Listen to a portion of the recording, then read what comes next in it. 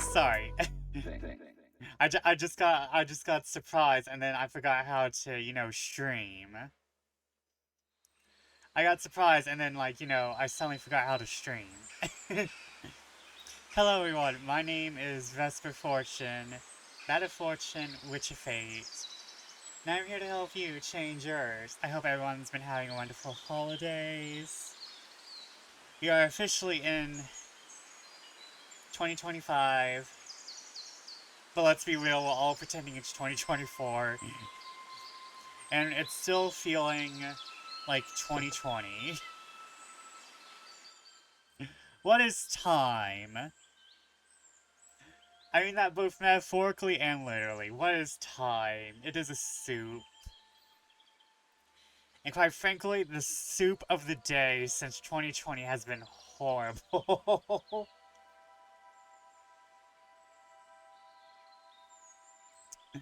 I hope everyone's had a good time. I have started exercise today.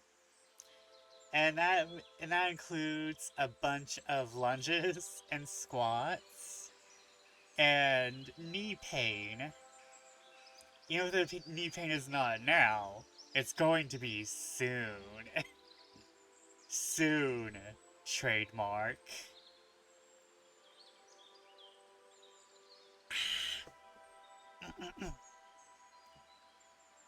I've been actually very productive these past few days of the new year. I've been since I'm not playing FF14, I can actually say I've been working on FF14 mods.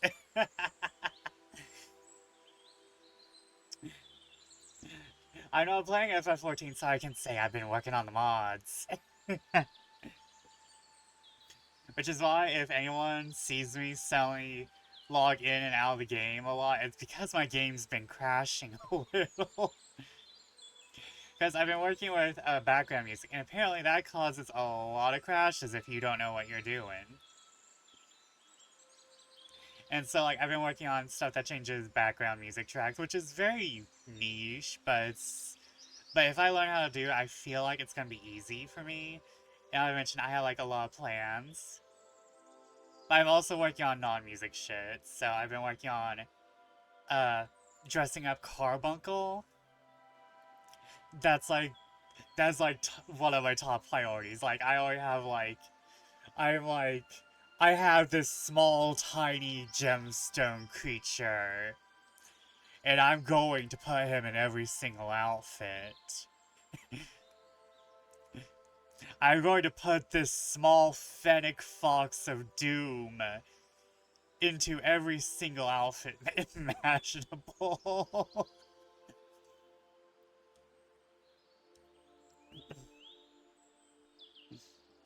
And, I've been working on art. I haven't worked on my writing, but that's okay because it's very much oh, I can plan for that. I can do that when I want. I'm very much following my inspiration right now, and my inspiration is very much me just cramming shit into Blender at the moment. Or working on music, cause, so, I used to be a music person. Well, not much of a music person, but, I used to do a lot of mashups, and I kind of want to get back into that, actually. I used to do a lot of mashups, and, well, I did a little bit of remixing. Not good remixes, mind you, because I don't know anything about music. I have an ear. It's just sometimes that ear is deaf. When it comes to remixes, I'm more of... I want to reimagine the vocals and remaking a story from the vocals and combining that with an instrumental. I think I'm good at vocal rearranging, and doing what I want to with the vocals and getting the effects I want. I cannot make an instrumental to save my life, however. Which is very bad, because you're supposed to probably do the instrumental first and then layer the voice on top. However, how I want to do remixes is I want to make my music with the vocals first, and then match up the instrumental to the vibes I have inside my head. So that's why I would... That and I really never learned to program. Like, you can't really get me to sit down and learn anything if it's not simple from the start. Like, I'm sorry. Like, that's the main issue that I'm having with putting music into FF14 right now, is that the document that I was using is an atrocious slog to get through. It's written like a research document, and it's not written like a tutorial. But here's the thing, most people will be trying to use it as a tutorial, and it's just...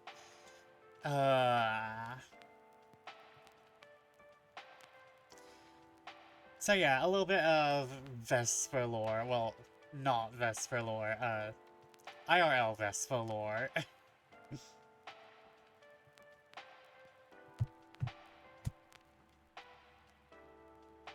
A few days ago, I learned that I can use FF14 models in Clip Paint Studio, but I'm having trouble figuring out how to get the model out of the game.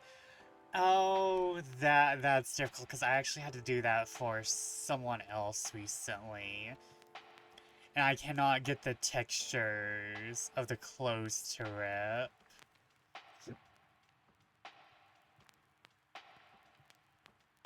So I don't know how to fix it at the moment, because someone's like, oh yeah, I like that character you made.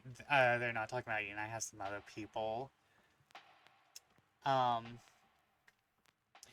it's like, can you do this for me? I'm like, sure, and like now I'm having issues with the clothing textures, because I can't get the clothing textures to rip with color on them. But you need third-party tools for that, Silver, I think.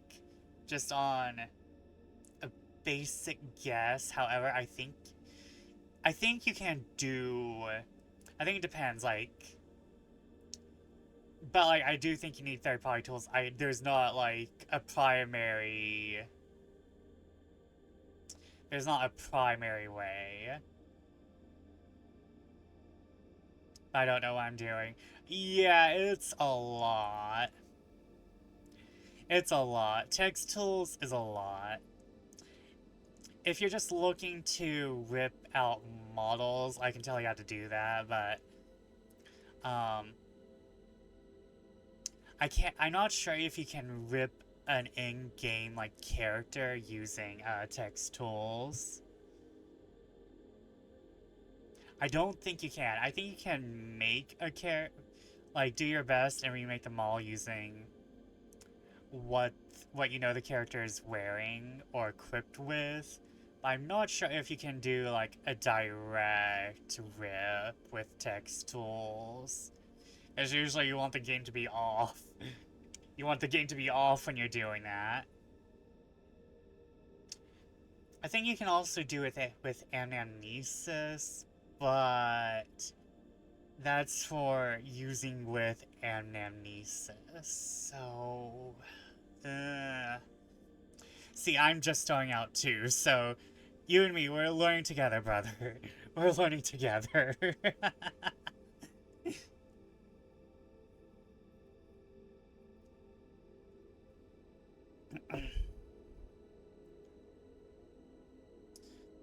But, I'm doing that. I think I'm going to eventually do the Blender donut tutorial. Because how I'm using I was about to say, how I'm using donuts is Ramlord. But I presume just cramming donuts into your mouth is very ramrod. But no, how I'm using Blender is very ramshackle, very I don't know what I'm doing besides what the tutorials told me to do. Like, whenever I use Blender, I'm learning something new, I'm telling you that now.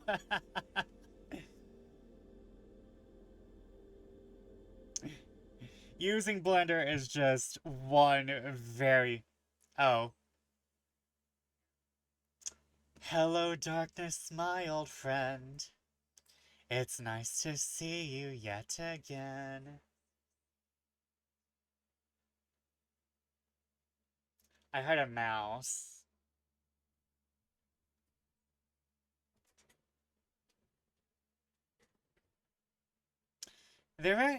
I mean, mouses are allowed in the observatory, don't get me wrong. It's just that, you know, they better not plan on jumping on top of me while I sleep.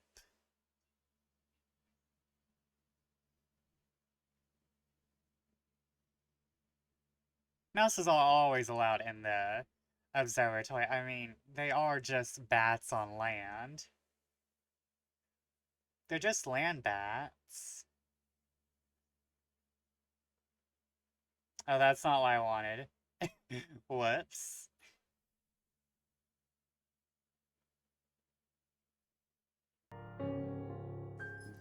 But like one time, I was sleeping back when I was a younger teenage bat, and I had a mouse run in my bed over my body.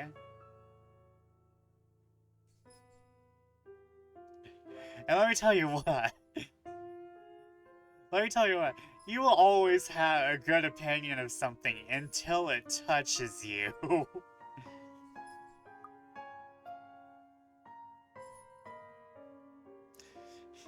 Like, the moment you touch me, you know, without my permission, the moment you touch me without my permission, you you kind of get put in the queue for incineration by orbital laser. You know what I'm saying?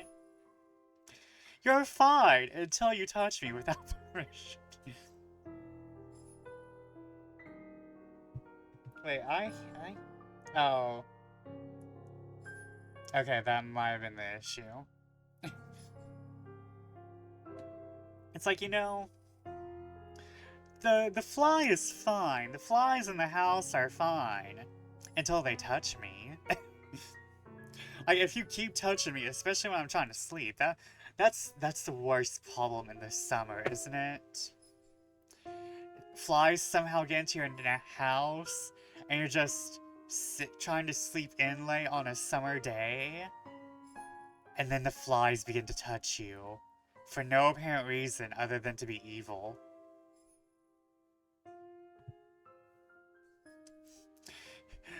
I think flies are innocent creatures until they try to wake me up in like a nice spring or summer morning. Then they're creatures of Satan.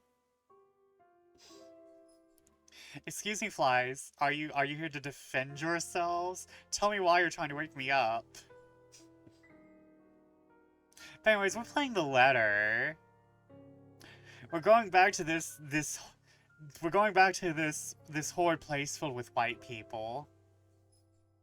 The whitest of people, Draco Malfoy and his wife. Draco Malfoy and Timu Princess Peach here.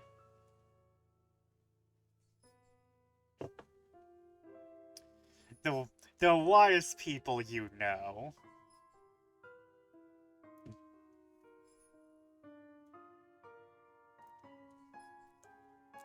In this very horrible, awful mansion.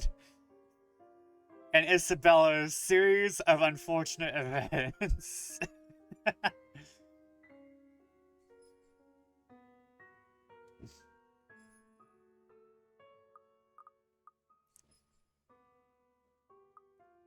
Where is my... Okay, let's try... Hold on, let me make sure, okay. Wait, was the last... Was the last time I played this on the 19th? Yeah. Okay. Isabella and the no good, very horrible day.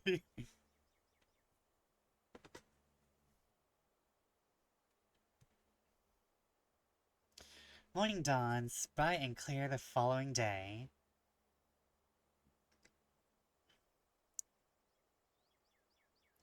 Although the air still feels muggy and I miss chilly autumn weather, it's one of those rare weekends where I'm up even before my alarm rings.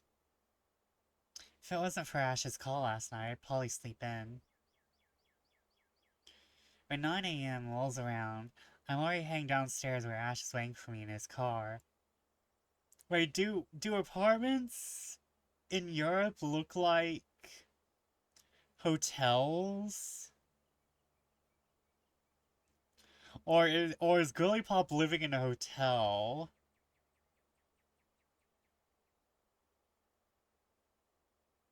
I mean, there are apartment complexes that look like this, don't get me wrong, but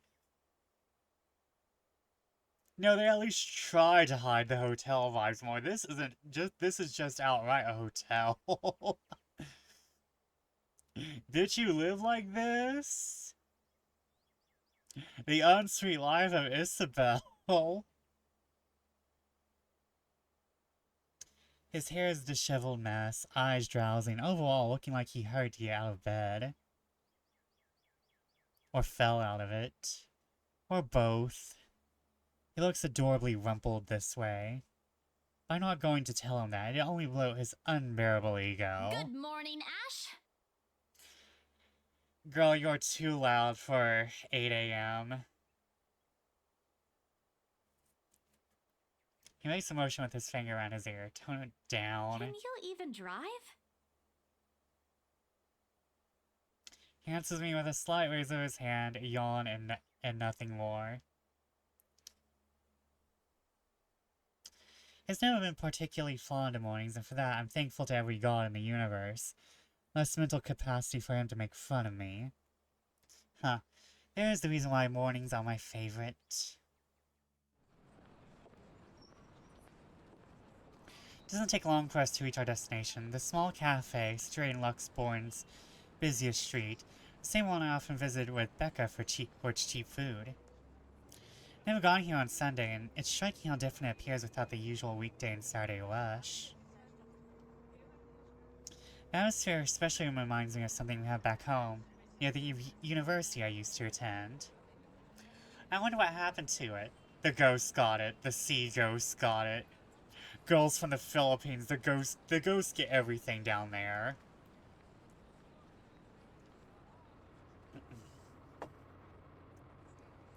It's being renovated before I left, so I never got to visit one last time. The place always had a calming effect on me. But today, despite staying in a place similar to it, hold up, my computer's running hot as hell. Anxiety easily washes over me as soon as I step out of the car. I'm quite used to dealing with people I never met before, thanks to work, but still, I don't know him. In spite of the fact that both Ash and Becca have vouched for him, what will he think of me and my story? If he thinks I'm crazy, hell, even my own friends thought so. I draw in a breath to quell the panic beginning to rise in me. Oh well, only one way to find out. Isabel's the only one with brains in this entire universe, something tells me. So I'm like rearranging my blankie. The blanket. Being all nice and cozy. I got a new blanket for Christmas too. I got like a new like comfy cotton throw blanket. Is it cotton? Is this bitch cotton?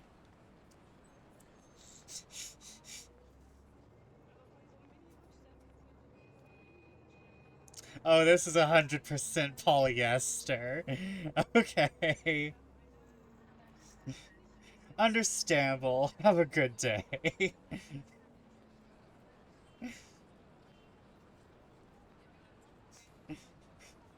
It's polyester. It's fine. I mean, it's not gonna be fine if the house goes up in flames. But you know what? I'm not caring for the blanket if the house is on fire.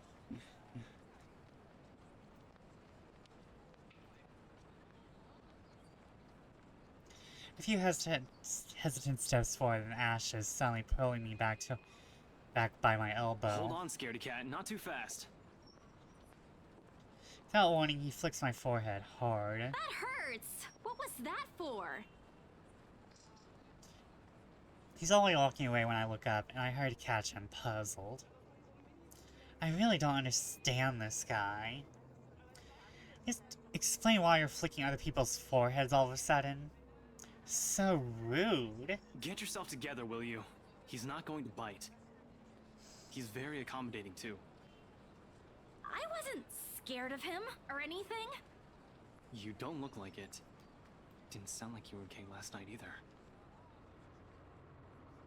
What was that last one?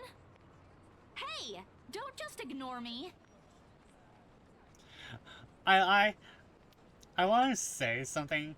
I think Saintmaker has the better art style for the idols, cause honestly, I still can't get over how they all kind of look like Guy Online, like avatars, or like a Second Life or IMVU.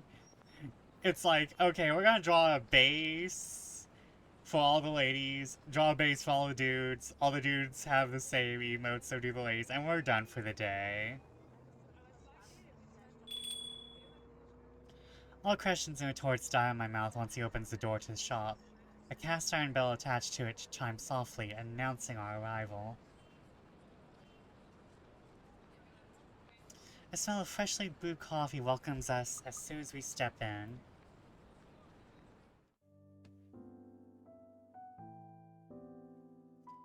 Like the usual, several tables and chairs have been set up for the patrons.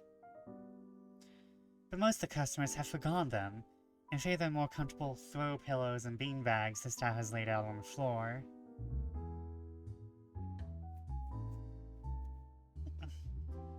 Becca would love to know they have something like this on Sunday. She's been complaining about how uncomfortable library chairs are for a long time now.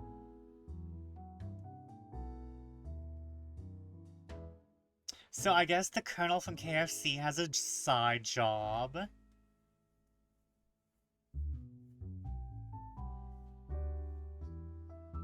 So where's the secret to your ghost hunting? Your 13 herbs and spices?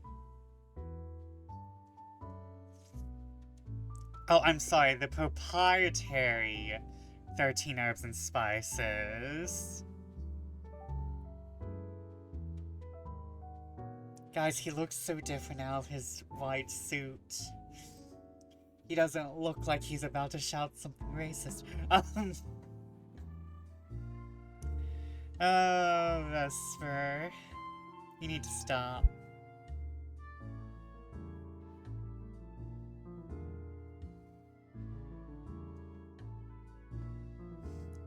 It's like, sir, you don't look like... You don't look like... It's like, you look like the Colonel, but, you know... a little less cancelable.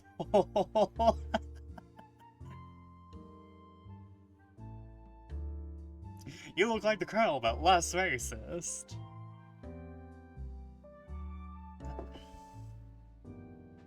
Because, you know, when you put an old man in a white on white suit, it's never gonna end well.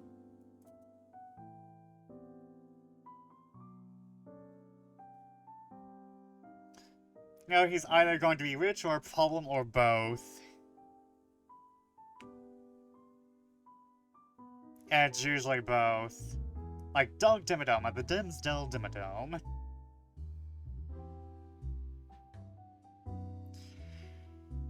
Ash led me to a secluded spot near the window where an old man, probably still in his 50s or 60s, is seated enjoying a brew and a book.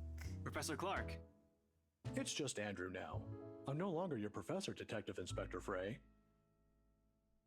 Detective Inspector Frey. The guy, Andrew, looks up from his book and gives him a smile. A sheepish look crosses Ash's face at the older man's admonishment.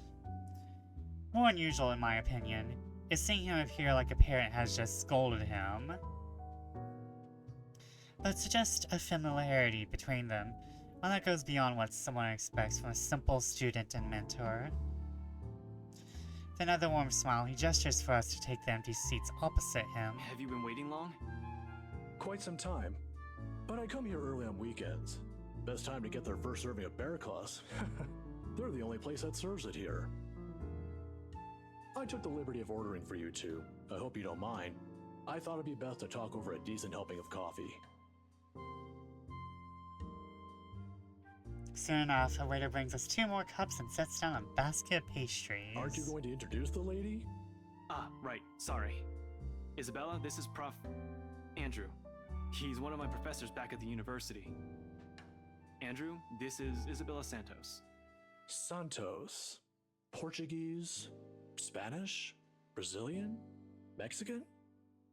Never mind, you might have a little bit of an issue inside.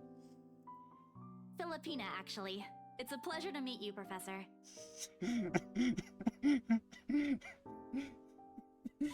Never mind, you are the colonel.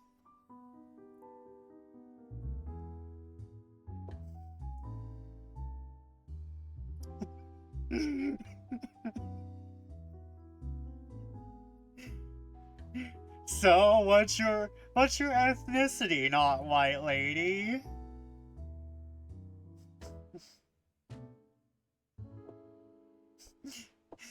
What's your ethnicity, not white lady? I was just going on about how...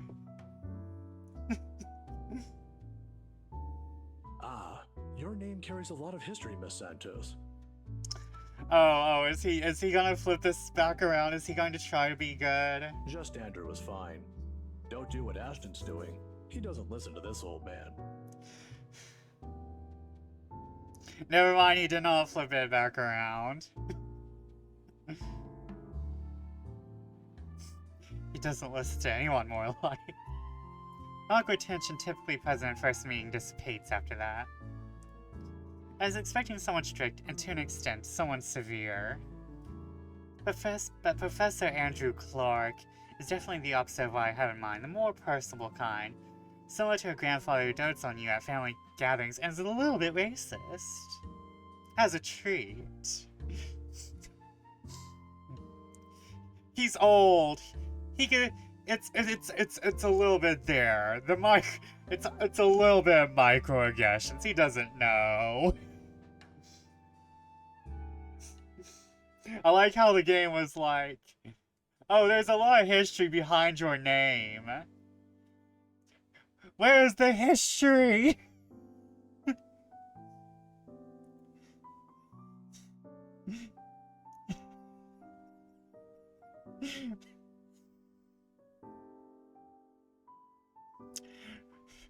Where's the beef?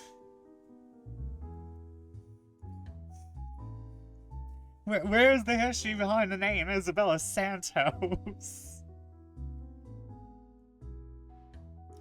It's obvious why Ash has taken a liking to him. In his time, it was okay to say things like that. No, it wasn't, Karen.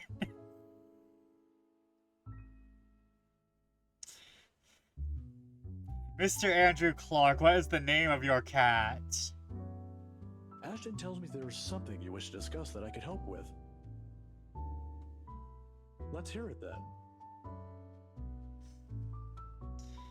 Ash gives a hesitant glance. I'm sorry, I'm still taken off guard.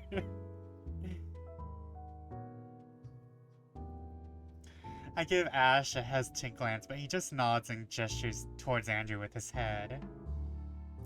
He's still leaving this to me. It's my story to tell, after all. I keep it short and concise. I found a letter in this old mansion. Now I'm cursed. Exactly as I have told Ash and Zach when they asked about it. I don't mention the name of the place.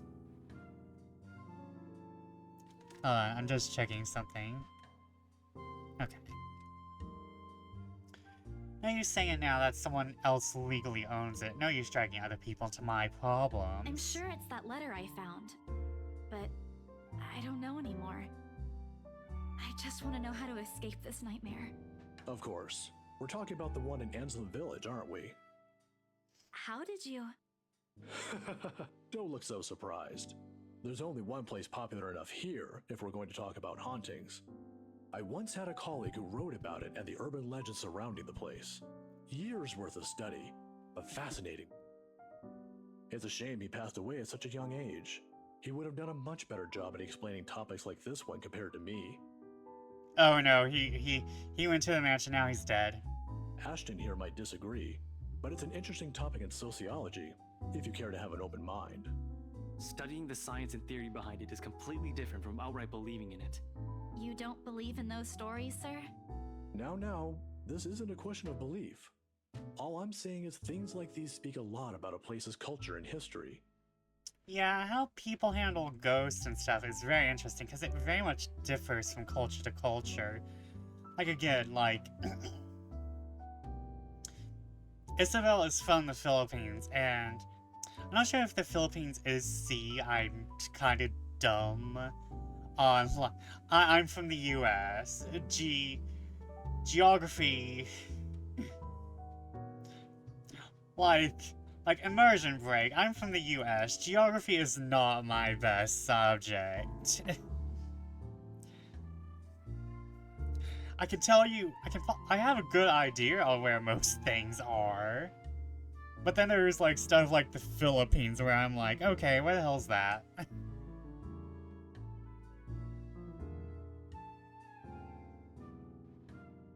Like, I'll fully admit, I cannot tell you off the top of my head where the Philippines are.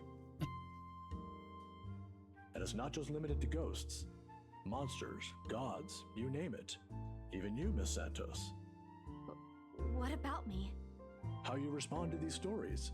It tells a lot about you and your upbringing. In the same way it tells me why our detective inspector here finds such topics absurd. Interesting, isn't it?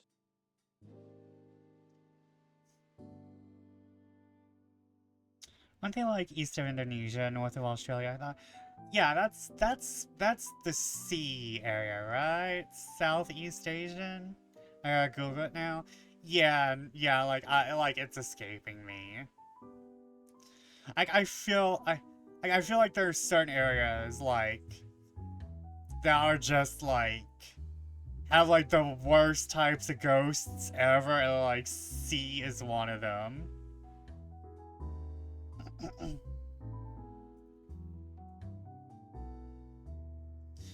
Like, have you ever seen a game from Southeast, like a game about ghosts from Southeast Asia? Like a horror game about Southeast Asia? I don't want to... Southeast Asia is like the Australia of ghosts. Southeast Asia is like the Australia of ghosts.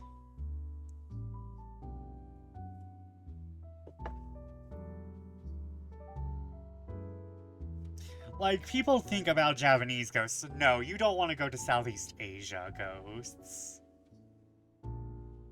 I don't know what's in the ghost water there, but I wouldn't deal with a haunting down there.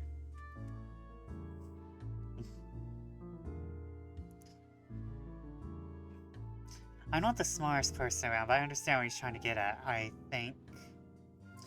It's still too much ticking at once. I look for Ash to help, but his eyebrows are drawn in a frown. If he keeps staring at it like that at his cup, I'm sure it'll crack soon. There's still something you're not telling. Didn't I tell you everything the other day? Yeah, but you mentioned the rights. Then you proceeded to drop the topic right after. What's with that? They don't have anything to do with this. Rights. Luke and Hannah, right? The whitest people? Besides me? Yeah, they're the ones who got the place. Ah, I'm not surprised. They're the kind who gets what they want once they set their eyes on it. Ah yes, Draco Malfoy and Timu Princess Peach. From what I've heard, word gets around. A heavy sigh escapes my lips. Popular or not, they're just my clients. I'll be a little pushy, but they're just clients. End of story. I wish she'd stop pestering me about them. Hold on. Oh, hold on.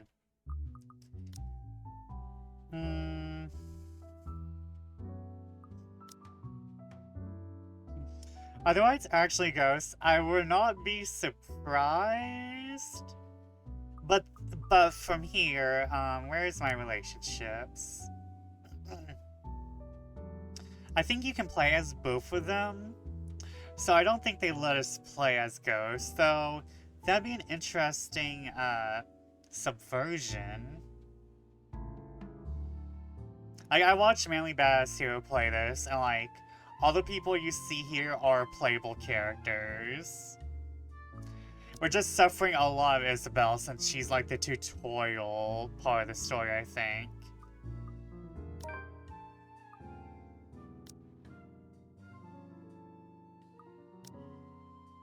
Oh, as again Becca does when dealing with a particularly difficult child. The pesky, annoying kind, I wish I could remember. I would totally like the idea that the Whites are like just really solid ghosts.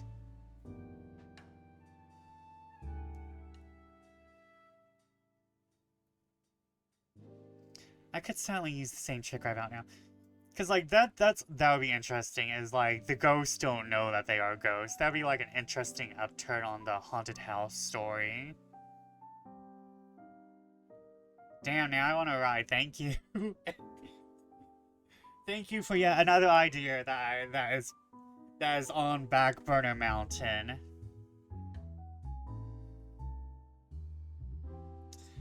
I need a bigger stove for all these back burners. Ashton, look here. I know you're trying to help, but the deal's almost already closed. The papers are being prepared. Once it's done, it's over. I'm just their agent. And when is that happening? When what? Is there even a purpose to this line of questioning? Your working relationship with them. When's it going to end? About a week from now. It depends on how long the approval process would take, but they wanted us to rush in. Really? You're absolutely sure about that? Yes, really. Unless they want to buy a house again and want me and Rose to be their agent. If yes, then I don't see a problem with it. Now stop annoying me about it. Don't accept it. What? Why? It's my job. Oh lord, even my younger siblings aren't this difficult to deal with. Again, Ash is far from a younger sibling to me. If only he'd spell it out, surely I'd understand. We wouldn't have to talk about it right now. That's how it is, right? Find even ground, talk about like adults we are. It wasn't like this before. But somewhere along the way, something has changed in us, as people, as friends. I wish there was a way I could tell when or why. Instead, I love searching blindly for reasons. The next thing we know, we'll be drifting further and further apart. How frustrating. To be fair, it kind of feels like Isabel and Ash, how like... Oh, I'm being weird because I'm like turned on my side. Hold on. I'm sorry, I like analyzing analyzing relationships between characters because it's like one of my fave things. It definitely gives me the vibes of, Isabel is a little oblivious to everything to the point where it's causing her pain, maybe? Or like Isabel's so focused on her things, like she doesn't realize what's happening to her other relationships. And like, I hate to say this, I get the vibe she keeps everyone at arm's length because she wants to go back to the Philippines. Like, I'm getting that vibe. I feel like she's not as close as she thinks. Like, I believe she's fooled herself into thinking she's closer to these people than she actually is. Because wouldn't Becca have told Isabel she has a thing for Ash if they really are best friends?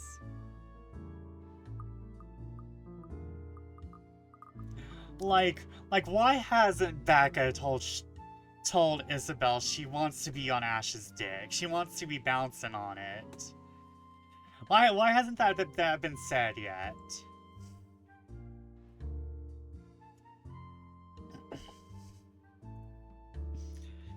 I'm sorry, like you're besties, but you haven't told her you want to be with this man yet?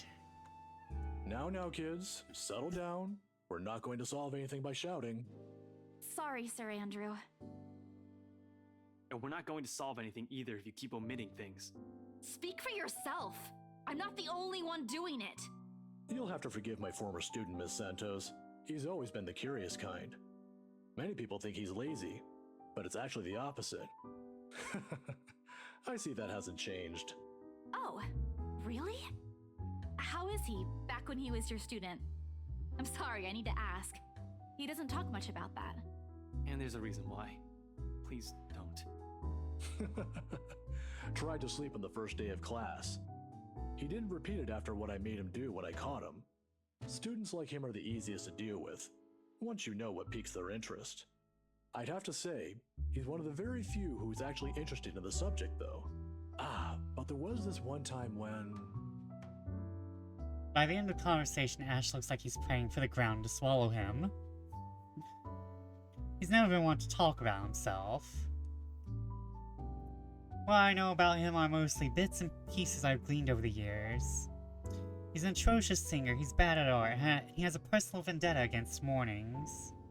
Now it feels like he isn't that hard to figure out after all. It's past noon when Andrew has to leave us for another meeting. But before we separate... Miss Santos, a word of advice. Just keep in mind that when it comes to cases like this, things aren't always what they seem. Naturally, the mansion in the low was brought up several times during our talk. Although Ash is right in that Andrew offers a different perspective, he has left me with more questions than answers indeed. I like how this did absolutely nothing for us. It's like, oh, we got a little bit about the ghosts, but there's like no... I feel robbed.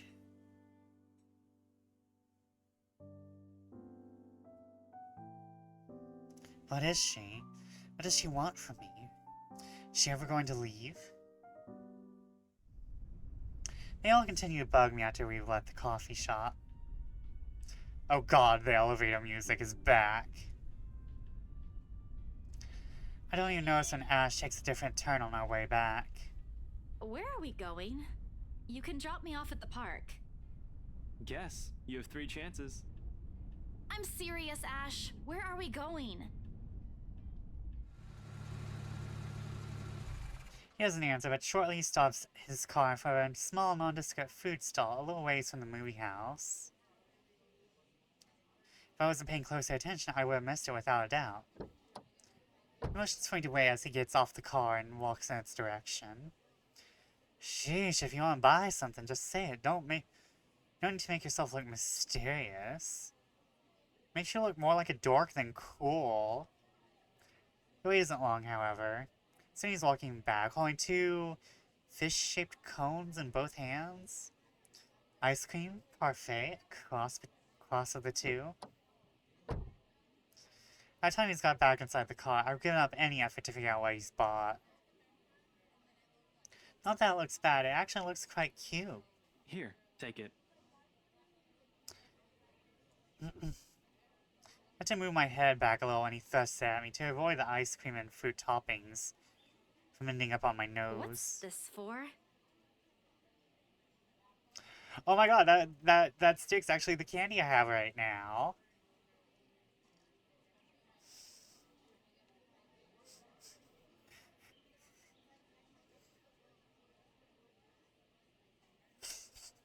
I'm sorry, I'm looking at this fish and in its expression.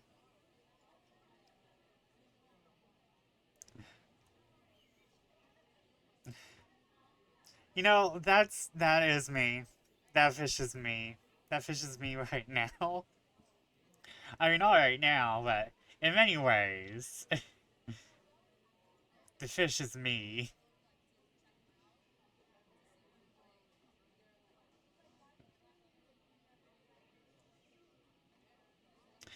I mean, I too am happy with a mouthful. My arm's getting tired. 5, 4, 3, 2. With a wary glance, I take it off his hands. I still don't understand why there's a need for ice cream today. Yeah, and they just got finished eating bear claws and coffee. Girl hasn't had a real meal for a bit. Nevertheless, I take a small bite. It's actually pretty good. Must have shown in my face because he chuckles as soon as I take another Saw one. the place open the other day when we watched Zach's movie. Thought I should give it a try. It doesn't seem like a bad place to get food from time to time. And you're giving me free ice cream because... Do I need to have a reason? Are you really going to ask me that? Here's the thing with Ashton Frey. He does not just treat anyone to free food because he feels like it. He's that much of a Scrooge. Hell, he even asked me to teach him how to haggle once. Haggle, of all people who'd ask me that. I expect such a request from Becca, but Ash, not at all. If I'm going to be honest, he looks constipated with that expression on his face right now. I think he's starting to regret ever buying this. The other day? The movie with Zach and Rebecca? Rebecca's there, yeah, I think so. Yeah. Anyway, during the movie, we, that's to say, we... Shit. Should have written down something first. I Get to the don't point, ship Ashton. this. Right. I'm sorry. What? I'm sorry for, not getting to the point. I'm sorry for the other day. I got carried away. I said things that upset you. I shouldn't have done that. I'm sorry.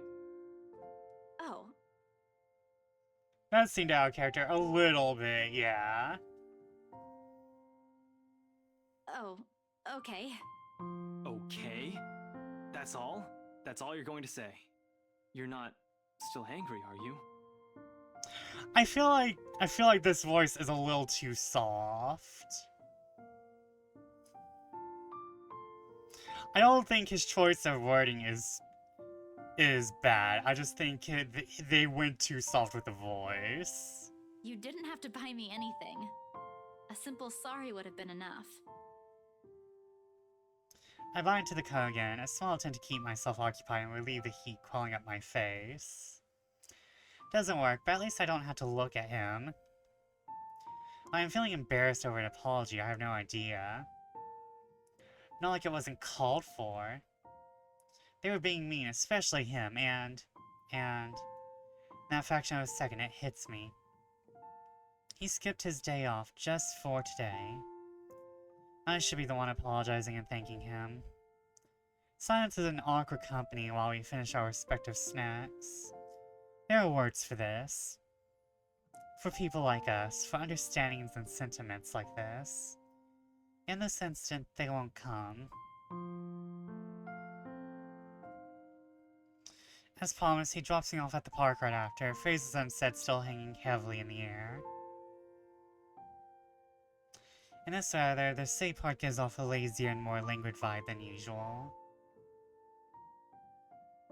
Where children are usually seen running around playing, there are now people lying, leaning back on their picnic blankets, simply enjoying the afternoon sun. It's the afternoon?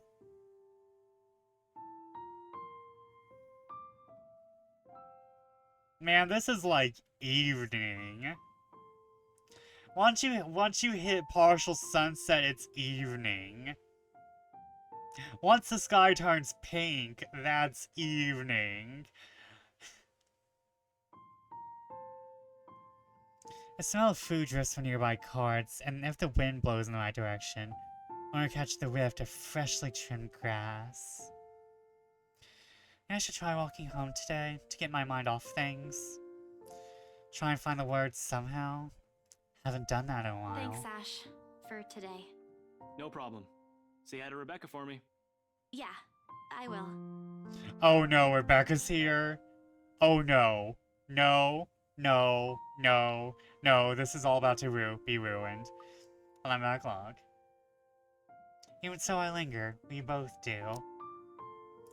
A mild, humid breeze brings back the smell of dried leaves, warmed earth, and a far-off, distant memory. A false starts and awkward first meetings. Same place, same people playing the same parts. Funny how of all the days my brain chooses to remember it now. Wait, Belle.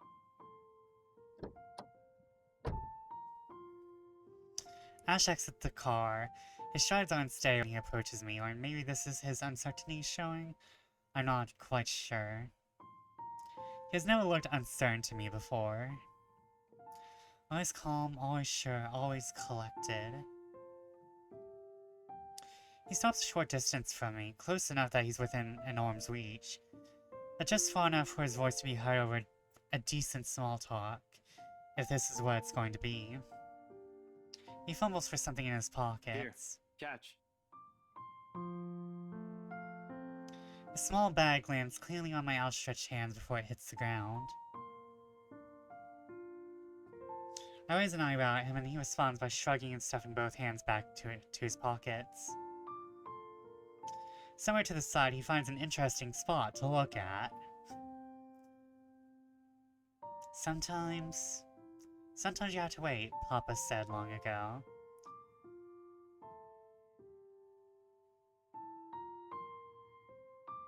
Oh wow, Sarybot just deleted that, man. I didn't even get to see that.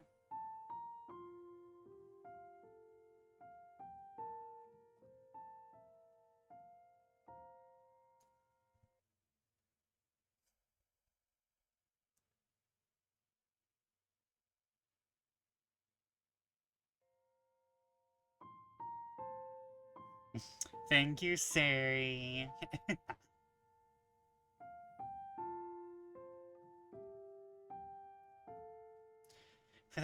For once, this time, I listen.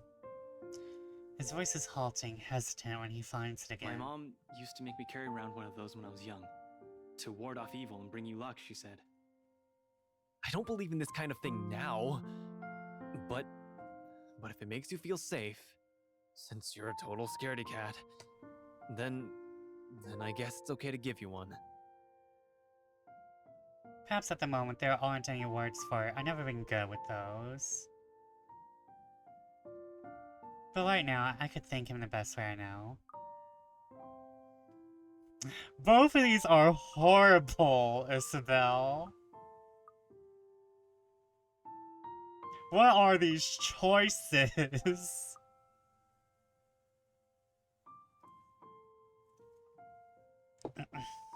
You're not bad after all. Or you can be nice when you're trying. Which one seems less mean?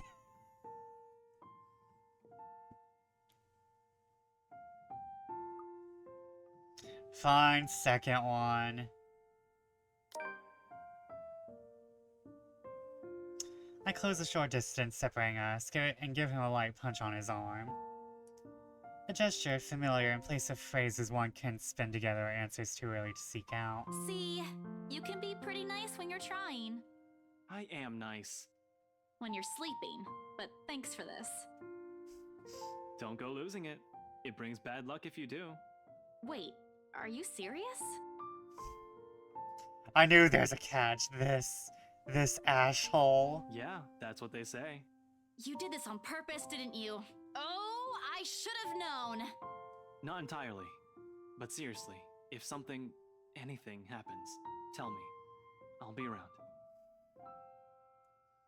Before leaving, he raves at me one last time. He's back to teasing me, back to our usual routine, back to what we're comfortable with. But for all that, I believe in him. I just hope.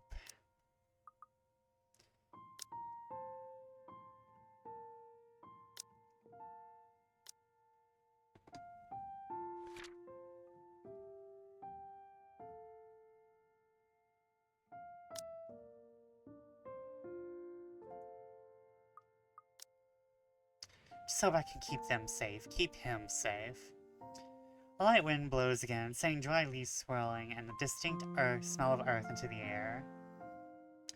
For the first time, the sunlight feels less harsh. Maybe a walk is good. I need to visit the grocery too. Oh, sorry, I keep clicking stuff. Come to think of it, wasn't there an art store that opened recently near the park? Girly Pop is living her best, you know, cozy girl life. Has anyone seen, like, those, lifestyle blogs that you see, some Japanese bloggers put out where they just cook and clean and, like, do stuff? Gives me those vibes. I'm also so jealous of those people. I'm like, damn, you live in... They're not even living, like, rich. They are just, like, making, like, crepe pancake cakes and stuff. Oh, and we have ads, so I'm actually going to go get water. I'll be right back.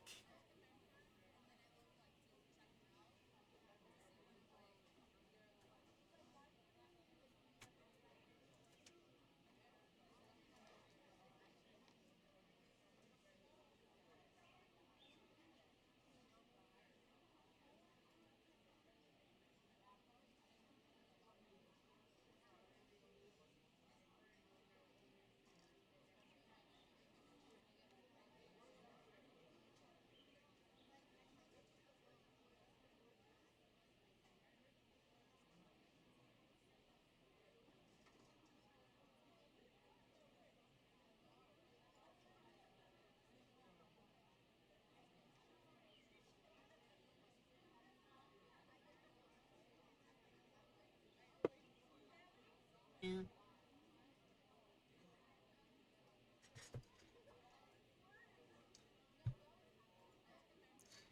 I am back. I am still sleepy. I am back, and I still got the EP. I'm gonna make myself just a little bigger. I hope everyone's having a good day. Hmm.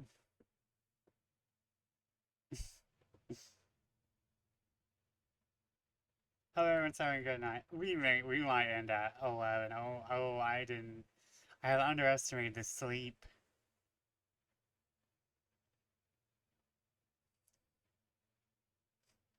I like say that now, but then I'm still going to end up going until like 12.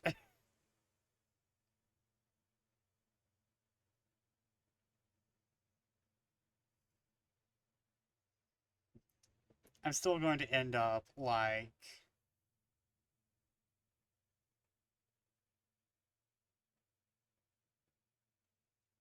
Dang, well, I still have that work from the 22nd I bought home and still need to do it's gonna bother me. No, I get that, though.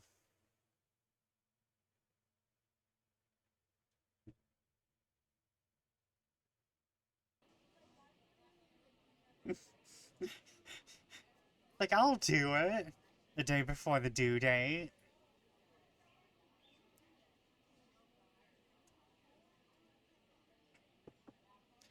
I'll do that when it's due.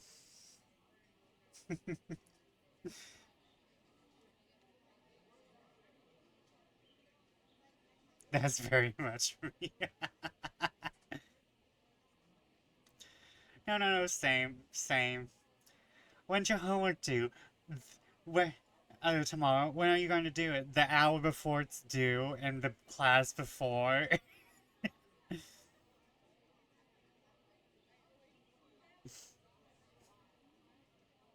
This is why I'm going to start. Oh, I'm setting up due dates for myself, because if I just can float until the end of time, that's what I'm going to do.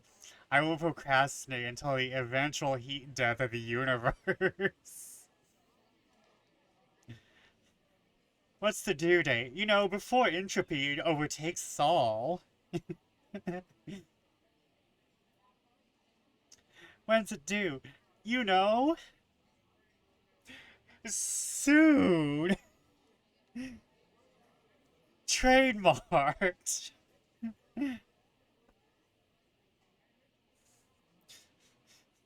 And by soon, when the golden age comes, when the tarnished decide, you know, what to do.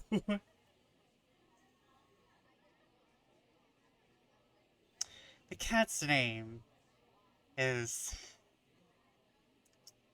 Damn, Isabella, do you got D&D name disease?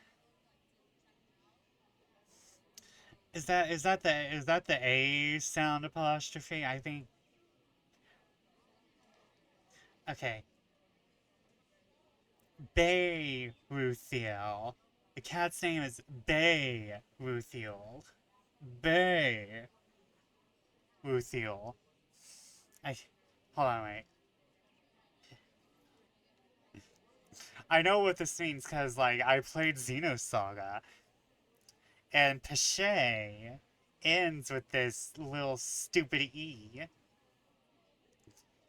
And in French, you put an A sound on these E's with the apostrophes on top. Like, they're wearing, these E's have fancy little hats on top, so you have to treat them fancy. They're upper class E's. At least, that's what his collar says. This French-ass bitch with her French-ass dog. I mean, cat. It's not a name to give a cat, in my opinion. But it speaks grace, much like the one that carries it. It shows in the way he swishes his tail and his eyes follow my hands every movement. I'm not sure what he finds fascinating me, to be honest. I wasn't the very picture of grace when he found me, after all. It's the queen from the Lord of the Rings. So, to tell y'all how much of a not nerd I am, to throw myself onto my own funeral pyre, I have not watched Lord of the Rings. I have not read Lord of the Rings. I've had more interaction with Lord of the Rings satire and memes than I have had with like direct Lord of the Rings content. Now, eviscerate me on your witch's pyre. I admit to my shame. I am not a true geek. I must descend upon the sword of Damocles. I must die for this treason.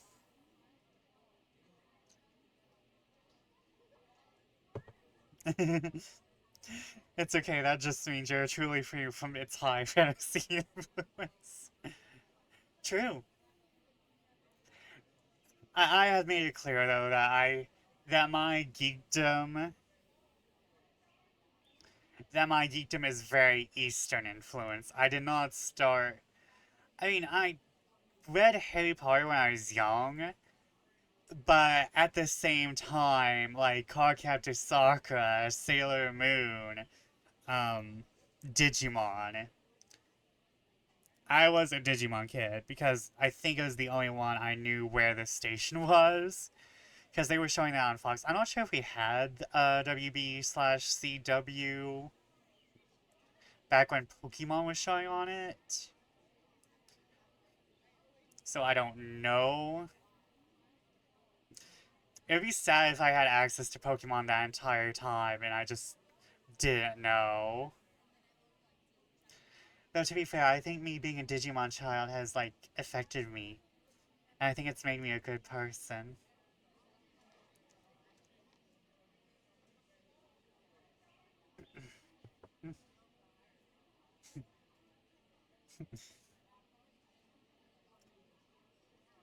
I would Harry Potter as a whole ass adult, then I found out what an absolute tool the author is, so now I'm like, can I undo that? And go back and not read it? To be fair,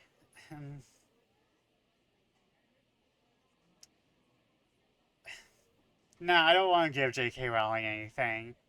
I'm not giving her anything anymore. She's had enough. She's rich enough for me not to give anything to her. Girl's rich enough where she's on a fire and she's asking for water. I'm like, you can buy water.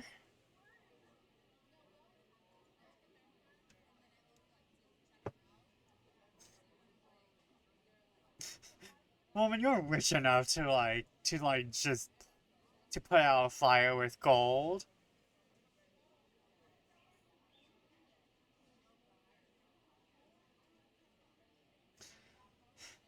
I'm pretty sure she's the reason why certain author laws were invented, probably. If I gave her water, it wouldn't exist because I don't exist. She didn't deserve that water in the first place. You're you're too awesome for her, Silver. Now that you're sleeping properly, you are beyond her power. You are more powerful than her.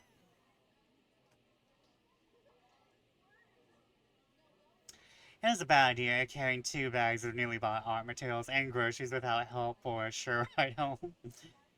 And sorry, perhaps I shouldn't have bought all of these at the same time. I didn't even make it past the park. And now I'm suffering underneath the glaring afternoon sun, hunched up on a park bench and drenched in sweat. In the company of a cat curiously watching my every movement. Hope it stays where it is. It's just a black cat, but back at home they're considered ill omens. Don't look at me like that. I can act graceful as well if I want to.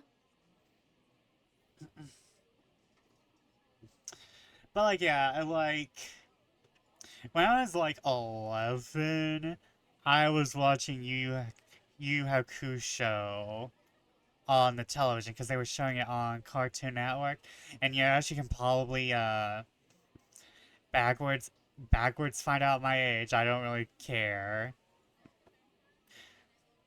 I mean, I was 29 last year. I'm gonna be 29 this year. And like, I think it was probably like really like Yu Yu Hakusho that was like, where I was really like, oh, this is my shit.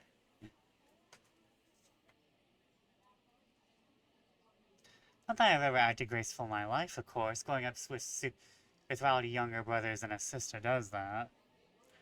Maybe it's the opposite. Mom used to call me a little troublemaker before. Well, graceful, nah, there's no use in moping. A short breather and then I'm off home.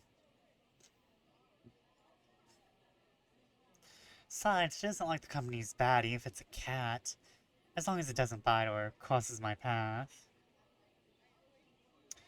Never paid attention to Yu Hakusho. It was on and my GF sister watched it. I kind of just ignored it. Where's your owner, anyway? If you look at... The thing is, if you're comparing it to Dragon Ball Z, it's, like, way better. Like, however, I just don't like Dragon Ball Z. Like, I liked it back when I was younger and didn't know much about anime. Now I'm just like, okay, who can suffer through Dragon Ball Z?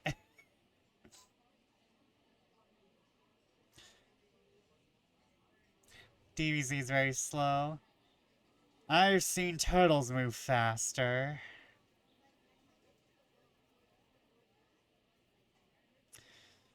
No, I'll say I've seen slugs move faster. So, like, Yu Yu Hakusho is more of a... It has way more character stuff.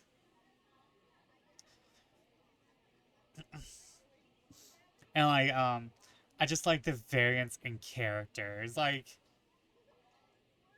and like the art style is not. DBZ is not afraid to be ugly. However, um, I just like I just like Kuwabara. Like Kuwabara isn't my favorite character, but like I'm just kind of thinking about how silly he is. And Kuwabara is very ugly compared to the rest of the main cast. Is that the Pompadour guy? Yeah. He is a main cast member. He's not even like a side character. He is a permanent main character who has actual plot points. And like I think he's also human and he stays human. Yusuke enters Ghost Realm, so he gets ghost powers. So I would consider him kind of like half ghost. Even though he goes mostly back to human. I'm not sure because I haven't watched Yu Yu Hakusho all the way through, but I think he does actually turn into a demon later on in the story. And then there's Hiei, who is an ice person. And wait, is he an ice person? I think he's an ice person. And Hiei is just like super awesome and small and angry. And then there's Kurama, my first ever femboy. Like, Kurama was my first exposure to femboys, and I'm like, that's my standard. That's a beautiful man right there. He has one, doesn't he, an owner? That's what the collar's for, isn't it? Well, that collar could have belonged to someone who was trying it out, and they just and dear Baruthiel just decided, I'm kind of embarrassed by this. I'm gonna put this on this cat and then run away. It's understandable. And now the cat's just a stray who has a human's fucking collar on. Is like, I guess this is my life now. Bandage left on its paws, though. I wonder what's happened to it. Did he run away? Well, if you don't have one, I won't be able to take you in. My apartment doesn't allow pets. I tried to bring one home before, a cat. Not black, of course. And Rebecca threw a fit before the landlady could. I take a small packet of sweets from one of the bags beside me, pop it open. As I'm about to put one into my mouth, he meows. My hand stops. Do you want one? He doesn't meow again as I'm expecting him to, but I take his unblinking gaze as a yes. I shift the piece to my palm and hold it out to him wearily. He sniffs it at once, twice before. Borussia!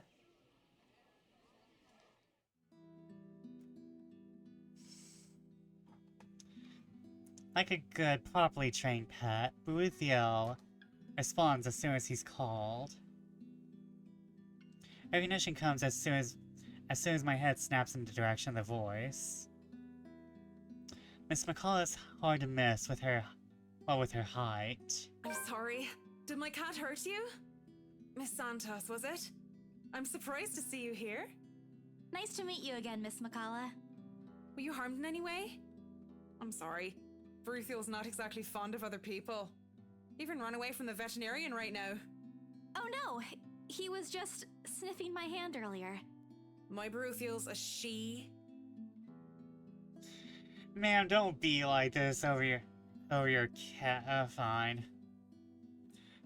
What, you expect someone to sex a cat on sight? What?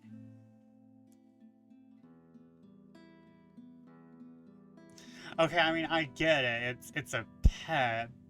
And pets are close. Pets are your children. Pets are baby, but still. All this time I thought, pause in conversation, if this can be called one, is uncomfortable. Yeah, sure, I just saw your cat's vagina and thought he was a he, you know?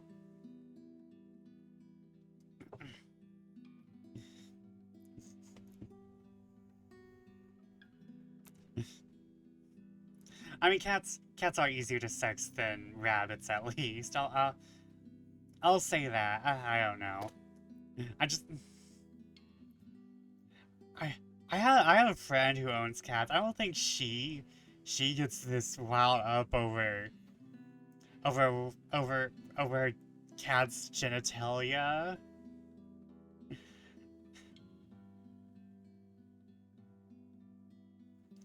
And merely two people working different jobs for the same client.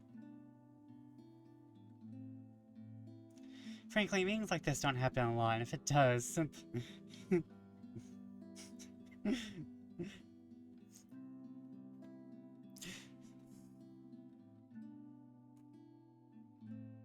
if it was a furry, I'd understand. You know, that's different.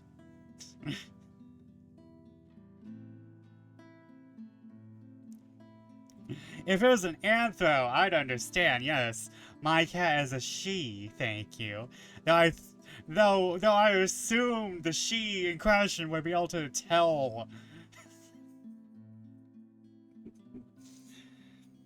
I feel like there's really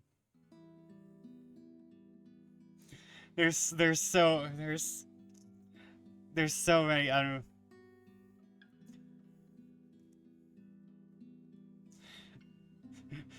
my suspension of disbelief has been taken out by cat genitalia.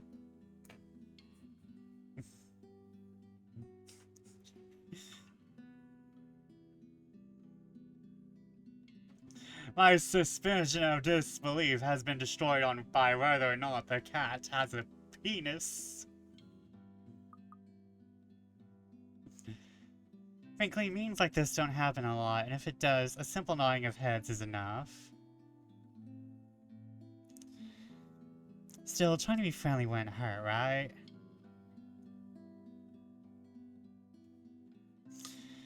God, I feel like both of these are awful choices. I kind of don't want to be friendly now that she's made a big deal about her cat's vagina.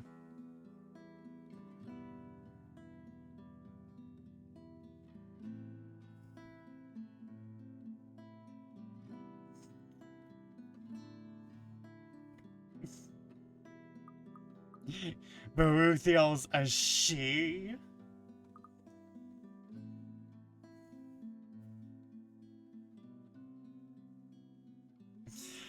My cat has a vagina, thank you.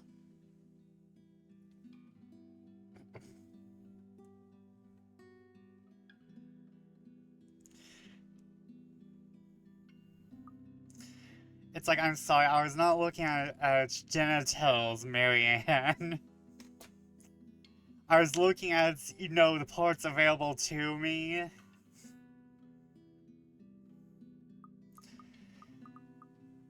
Now let's talk about the damn cat. We're already on this train wreck.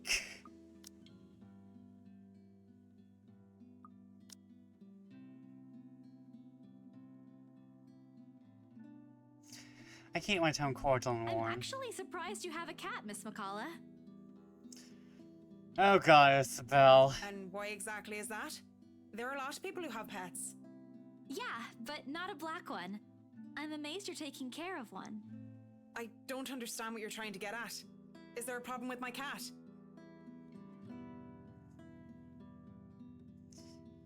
Miss McCullough, do you live under a rock?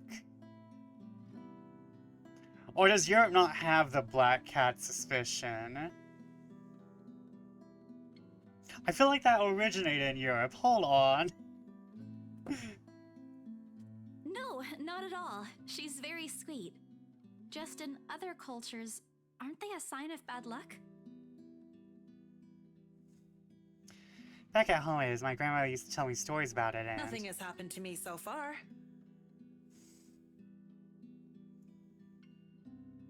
displeasure is evident on her face. Of course, I've forgotten that for other people, black cats are an omen of good luck. Wait, what? I never heard of that. Hold on. Hold on. Wait. Wait, Europeans? What? Europeans in chat? Tell me.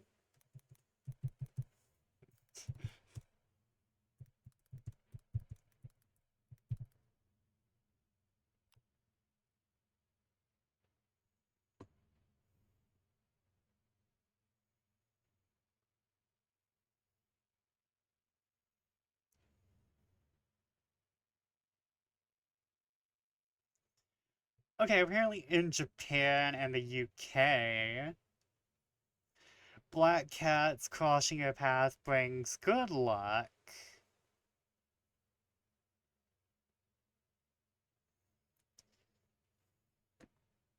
I can't believe Isabella would be this stupid.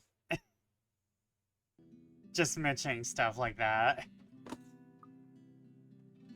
There you go again, running off your mouth, Isabella.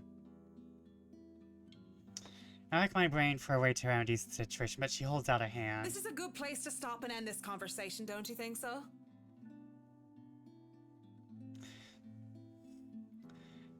I'm not going to enjoy playing as you, lady. I can feel it in my bones. My bones hurt and they say they hate you. It is good to see you again, Santos. A complete dismissal if I've ever heard one. I watch her as she leaves, though she stops shortly before crossing the threshold separating the park and the street. She faces me again, looking like there's something she has forgotten to say. By the way, about the Ermengarde mansion, with my clients, it's the rights, I mean. They're your problem now. They're your issue now. I don't know what you want me to do about them. I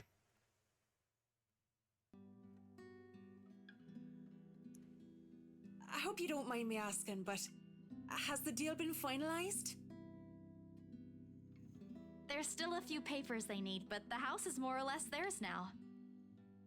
Ah, thank you. That's all I needed to know. Wait, about the mansion. The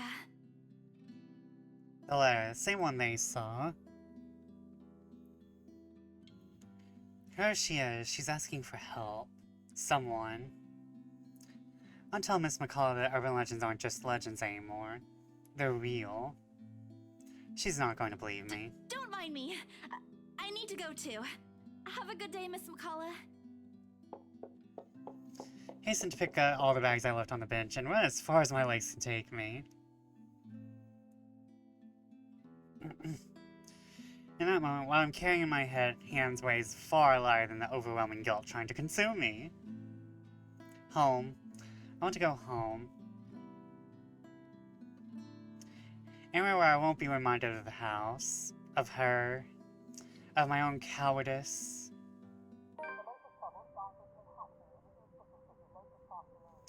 The food tastes less appetizing tonight. Pity. I would think that someone who had been on a continuous binge of instant news would find a home-cooked meal enjoyable. But it isn't. Hunger isn't what's gnawing at me tonight, neither are my sore muscles. The TV runs loudly in the background, but what it says barely registers in my brain. It's hard when the things you're trying to forget keep returning to the forefront of your mind. It distracts you, eats at you, devours you. I wish this would stop. I wish I wasn't the one who picked it up. I wish it was somebody else. In other local news, a woman was found dead in her home. I love how she said that. A woman was found dead in her home. Now let's play roulette. Luxbourne police officials are currently investigating the crime scene, but has classified the case as homicide. Huh? The victim, identified as Rose Pamela Cooper, 33 years old, working as a real estate agent. Wait, what, Rose? Not Rose. Rose, we needed you alive. Rose, please. Rose? Discovered lying in a pool of blood in her two-bedroom flat with the words "Help me" repeatedly written on the walls. Oh.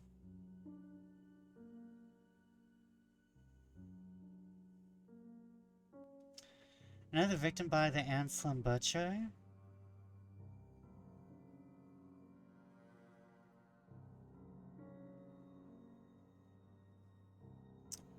Well,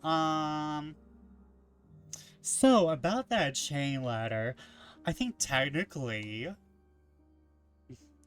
Isabel had 5 other people see it. No. No. This isn't what I want. This isn't supposed to happen. None of this is supposed to happen. No one's supposed to die. Those are just stories, right? Legends? That's what everyone kept telling me. So why, and immediately I rushed to my study table and switched on my phone.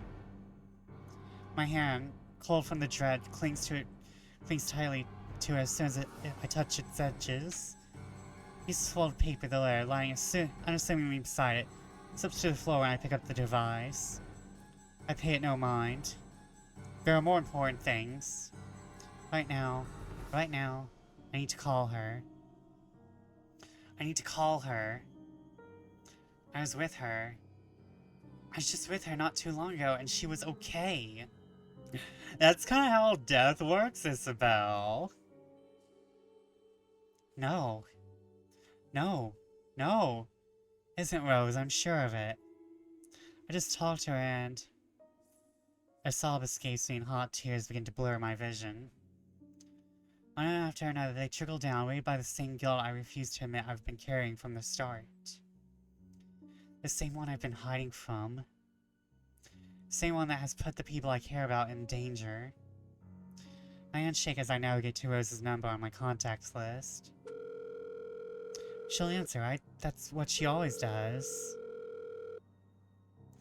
She'll pick it up, tell me to turn down the waterworks, and call me a wuss afterwards. She'll answer. Please answer, Rose. Again and again I dial, whispering, praying, pleading. Come on, Rose! Don't do this to me! Please pick up! I know you're there, Rose. You're not dead. Please tell me you're not. This adds to the series of deaths and disappearances that has plagued Luxbourne in the recent years. The authorities are currently looking at a possible link with the notorious Anselm Butcher case. The TV runs loudly in the background. A deafening stack from my phone speakers. By my ears I can only hear the screams. Her pleas. Her whispers. Help me. We are not safe.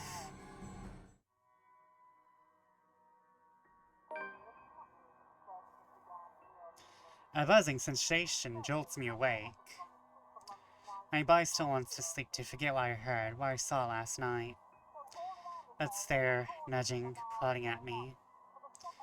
Slowly I become aware of how awkward my position is, and the aches that accompany sleeping in a curled-up position from the night before. If I even slept at all. The memories are impossible to forget now that Rose is gone. They say it's easier when you say it out loud, instead the words weigh heavier on me each time. She's gone. Gone because of me. Gone because of one letter I was too curious to look at. I should have been more careful. I should have kept my mouth shut. I should have destroyed it before anyone else had gotten involved. I should have. A fixation light on my laptop blinks incessantly, mockingly when I look at it, as if it's calling me back to a sense of normalcy. I check it, nevertheless, out of habit more than anything. If this were one of those typical days, I'd happily comply and get myself to our office.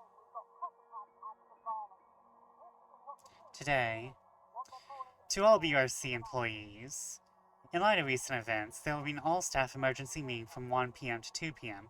Attendance is a must. Company changes, new hierarchy, and policies will all be discussed during the meeting. Everyone is expected to bring a copy of their own attendance logs and sales reports for the last 6 months to be submitted to your respective managers for review. You're expecting everyone's cooperation. Thank you, Joanne Alice Schulz, BRC HR Manager. Today my limbs just feel heavy. On one hand, going will keep me busy, take my mind elsewhere. On the other, the place itself is a stark reminder of what my own fears have cost me. I should just... Oh girl, you gotta go to work. You're gonna die if you stay home. Girl, we need to keep you out of the depression nest. You still haven't cleaned up your damn ramen.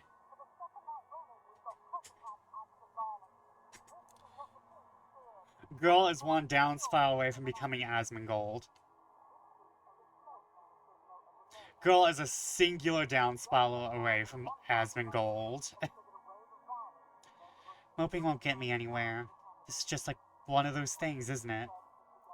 You deal with it with a smile no matter how bad things get and hope for the best. Although my whole body feels like lead and my limbs are sore, I push myself away from the chair and head for the shower. I dropped on the floor, my flares open as I pass by, unfolding for no one else but me to see. You don't have to deal with it with a smile. Yeah, yeah. You don't have to be happy. You just have to get out of the depression nest. Girl, get out of there before you do things to yourself. Every word written on it glares back at me. They sneer. They ridicule. Like living beings fully aware of what they've done. With a huff, I pick it up and shove it into my bag. Perhaps with more anger and frustration than I'm used to showing. Girl, why are you keeping around the cursed artifact? Girl, why are you keeping the cursed letter? Is the question. I mean, she is from C, so different things, I suppose. This is... Yeah.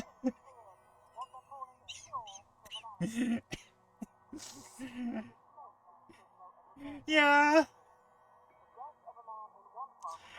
You were expecting, like, some great Victorian curse.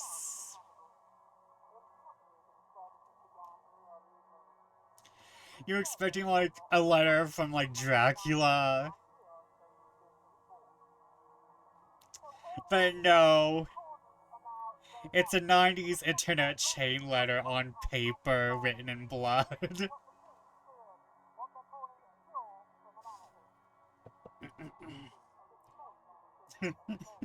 This is not it, Queen. This is not serving.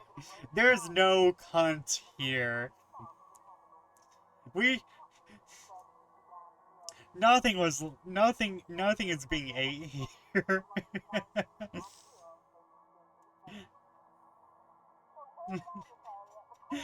Nothing is being ate here. There's more than crumbs. We left the entire meal untouched.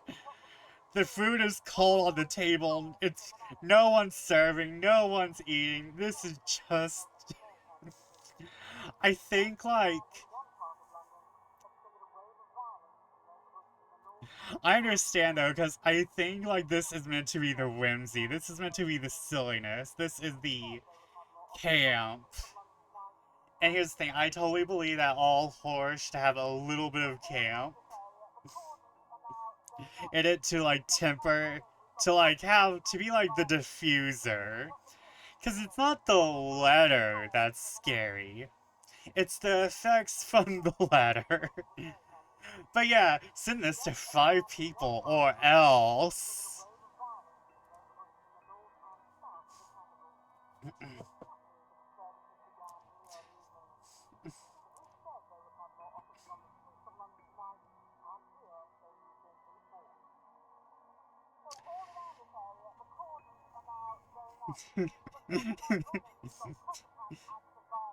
Now I'm laughing too. This too, I'll deal with.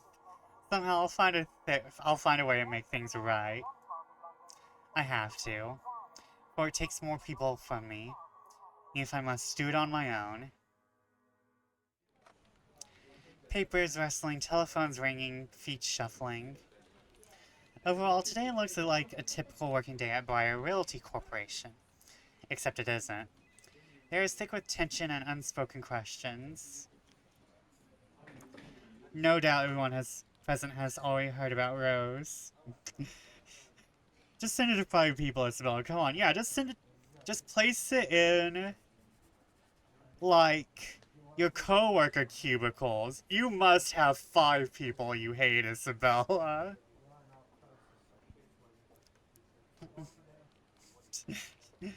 Make copies of the curse. Yeah, just make copies of the cursed letter in your workplace fax machine.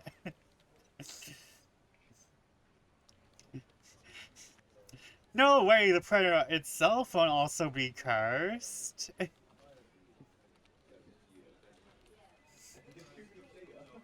Now imagine, like, someone, like, taking the Necronomicon and just kind of, like, scanning the pages and printing them.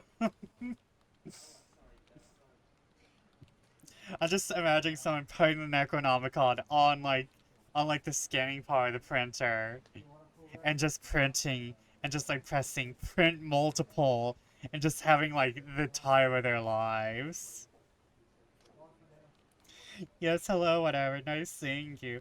You came just in time. We've had our first death. It was Rose. And Silver also finally got to see the letter, which, you know, isn't like the best letter ever.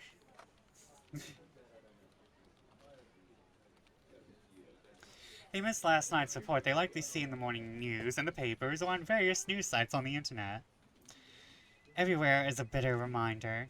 In fact, everyone's giving me a wide berth, as though the mere mention of words Rose would be enough to trigger something in me. I missed a death, damn it. Don't worry, there wasn't like a big death scene. We just got to see the aftermath. We didn't get to see the corpse. No corpse, no funsies. A woman was found dead in her home.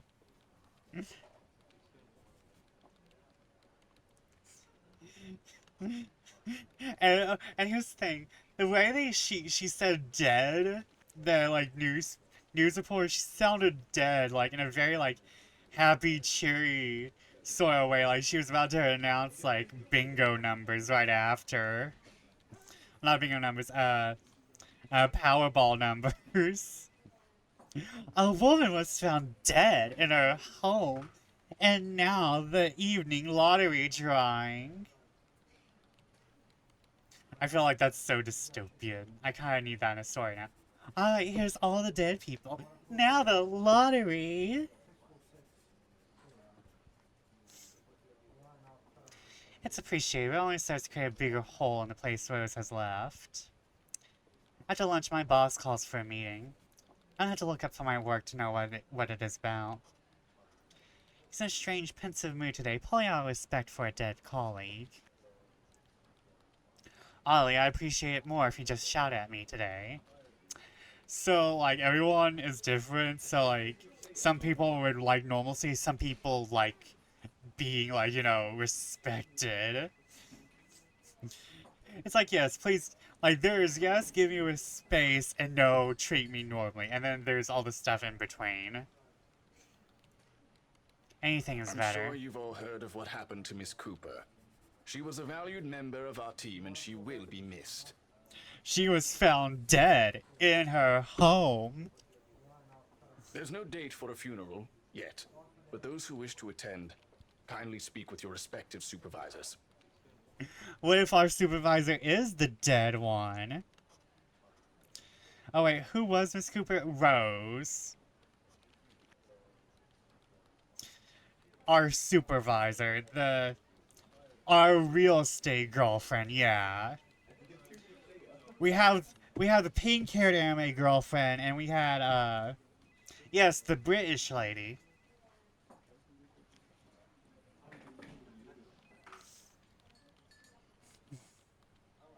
The green-haired. The green-haired anime lady. By the way, has anyone heard about our still AWOL staff? None? HR, you know what to do. HR, remove this man's balls.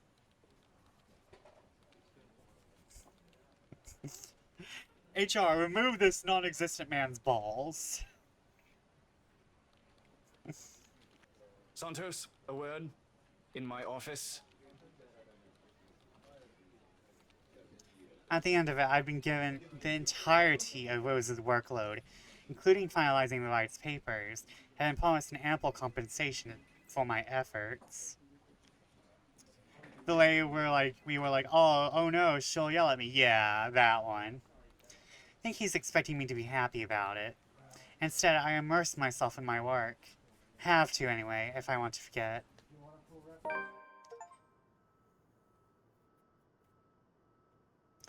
Time flies when you do, and by the time I give notice, it's already late. Everyone's already gone, leaving me in the company of a radio and a member of our janitorial staff. I don't even know his name.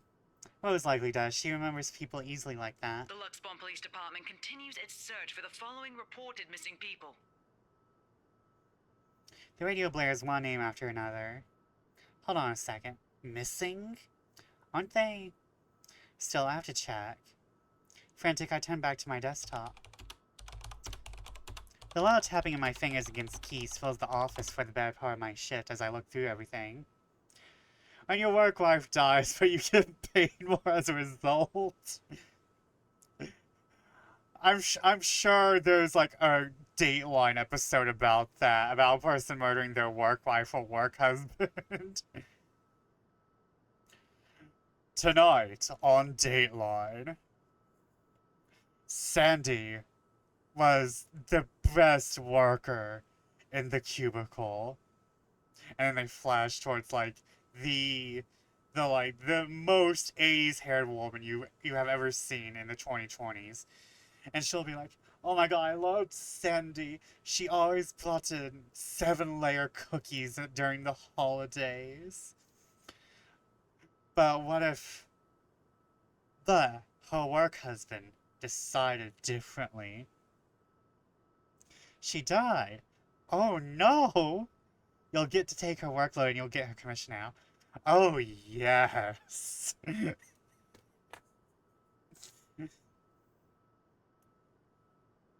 The background about the place, its history from the current owners, and list of employees hired under BRC. And I'm right. Of course I am. BRC may have a lot of staff. They may have a lot of agents hired, but I remember those names anywhere. After all, they're also part of the crew who worked with us in preparing the mansion for the open house. In the letters... She lit up a room. It was a neighborhood where everyone knew each other. You know what happens when you lighten up a room? Everyone in the room can see you and they all have knives.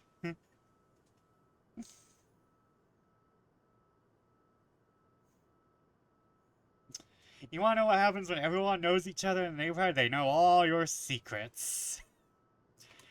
Darkened doorsteps. Know none of your neighbors. Live in ignorance of the people around you. That way you'll never be murdered. You can't be murdered if most of the people around you are strangers.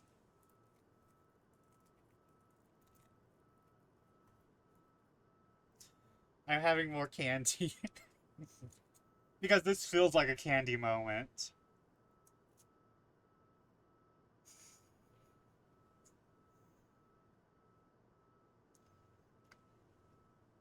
No, that can't be. I hope it's not what I'm thinking. Rose is...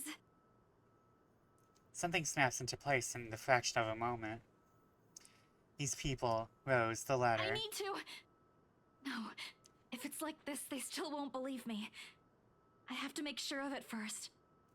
You better make sure of it soon, Isabella. I think you're gonna die next.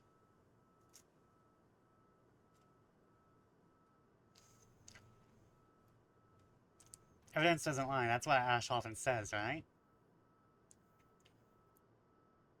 I saw a meme one time that was essentially, notice it's never the bitchy person who talks in these shows. Be a bitch, you won't be murdered.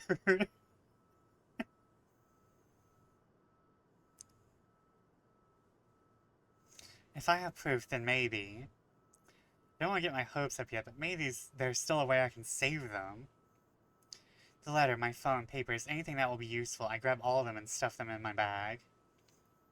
I can't stay here. There's something I need to do. There's something those people should. The noise cut sharply through the room, stopping my hand short, cramming a pin into my bag. Oh, wait. Silver said earlier that the printers are naturally cursed because they're printers. Oh, no. That sounded like a printer. Hello? Anyone there?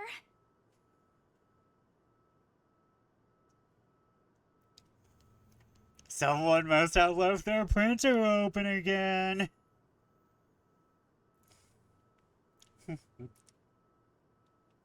It's printing out papers that say you're next. I think it's official. Like, printers are just like automatically the subjects of ghosts and demons. Printers are like a certain level of evil. I don't normally ascribe an alignment to anything, but I think printers are always chaotic evil.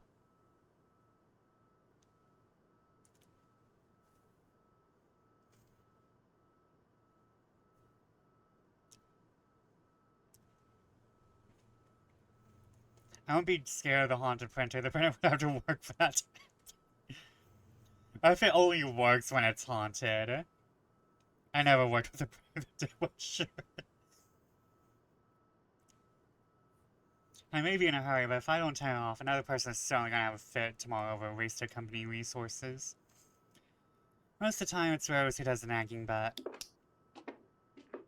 the clicking of my pen in my hand is a welcome distraction as I search for the said object. Each stride my feet takes also echoes throughout the empty workplace. I lost sight of the janitor minutes ago. With me being the only one left, the tapping of my feet against the wooden floor is something I soon learned to appreciate. It doesn't take me long to find it. By the time I turn it off, 5 pages. I strewn about on the ground. The paper tray having also been left ajar. Sighing, I pick each of them up to put it someplace proper. Dun dun dun! But the page that greets me next makes my blood run cold.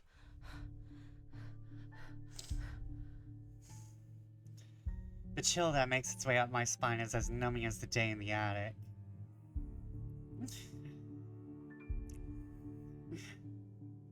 The sheets crinkle under my tense grip.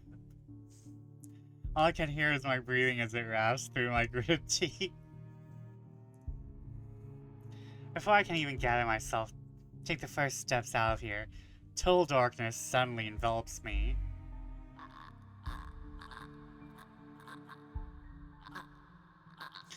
Copies in color, so the printer does print. The ghost lady finds it funny too.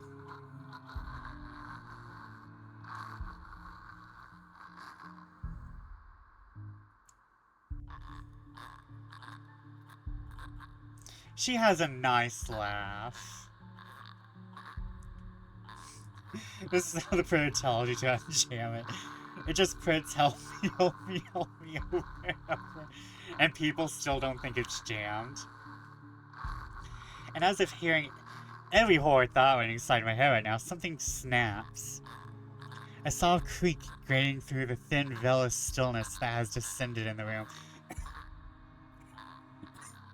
Girl, that's a creak. That's a creek? Girl, it's a damn river. That's a river of creepy you are ignoring. Every muscle, every bone in my body goes rigid at the sound. Familiar. That feeling when the ghost has a sense of humor. So familiar now. Bones should be rigid. Reminds me of the Technicolor dreams of Red. But the dreams weren't in Technicolor.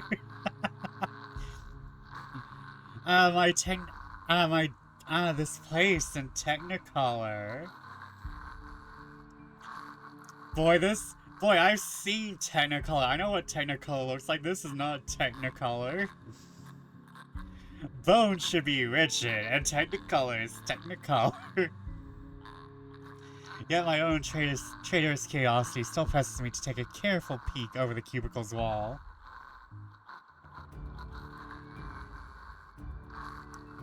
It's her. Ladies and gentlemen.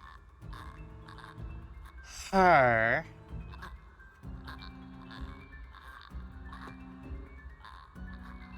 Staying the only exit in the office, albeit facing away from me. She doesn't even need to turn around for me to know it's the same misshapen face, tattered clothes, and unsightly gait. The same person in the attic.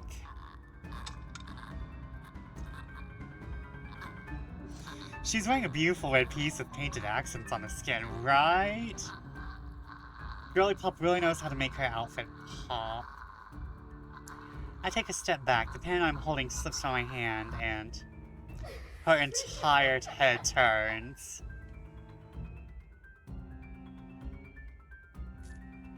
Oh, that was nice right there.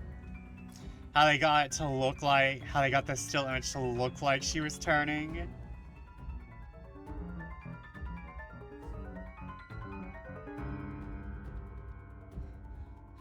A scream almost escapes my mouth, and I duck under my table as quickly as I can. My heart is pounding hard against my chest.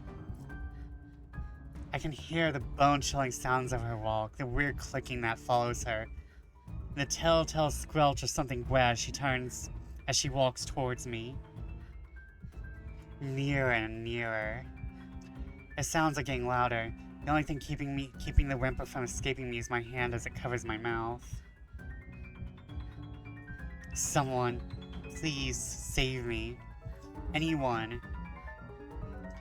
I close my eyes, muttering a stream of prayers, all while attempting to stay in my own breathing. Please, please don't let her near me.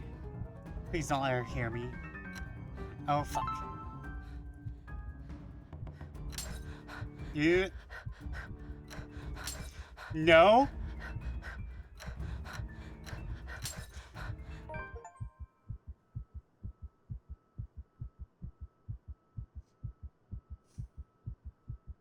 I wasn't expecting a QTE. I was not expecting a QTE. I forgot there were QTEs here. Our Father, who art in heaven, hallowed be thy name. Thy kingdom come, thy will be done, on earth as it is in heaven. Girl, your God has failed you. I am God here, and I have failed you, so, Isabella, I'll get revenge for you. I'll let Marianne die. Give us this day our daily bread, and forgive us our trespasses, as we forgive those who trespass against us. And lead us not into temptation, but deliver us from evil. Amen. When the last lines of my prayers have left me, all that remains is a hush. None of the footsteps or those chilling sounds she makes. Only silence. QTE, more like QT not to be. Exactly. Another second passes and when nothing comes. What?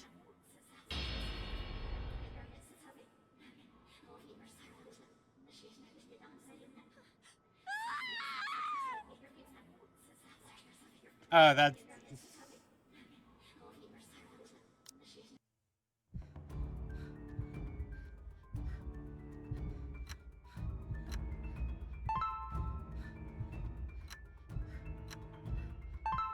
Oh, that sucks.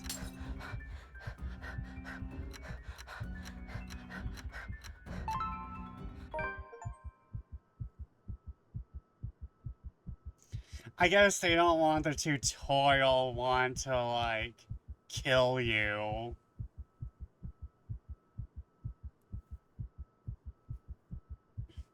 Please don't tell me. I like Isabella, but I don't think she doesn't give me, like, final girl energy. The seconds, minutes stretch out before me agonizingly. Is she gone? Slowly I open my eyes to take a peek. I don't dare move or make a noise.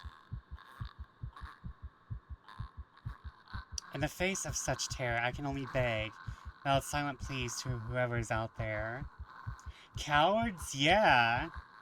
I know that people can die in this game. I'm just surprised, you know, they were like, well, it can't be here.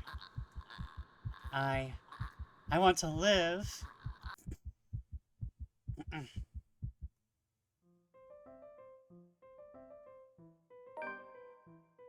Oh, perfect timing for ads. I can go get more water. I'll be right back. We have actually switched characters. So I'm going to go get water. And we will continue as Hannah.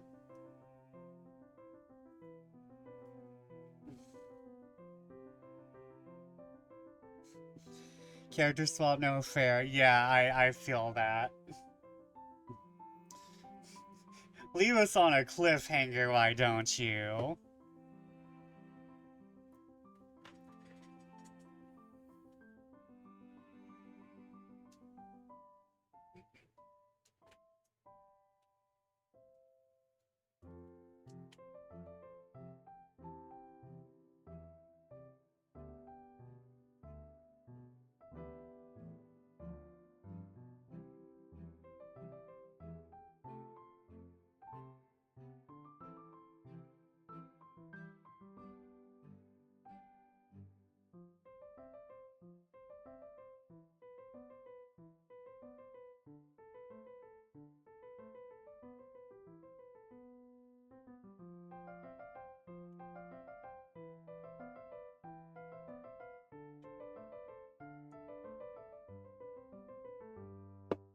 Yeah.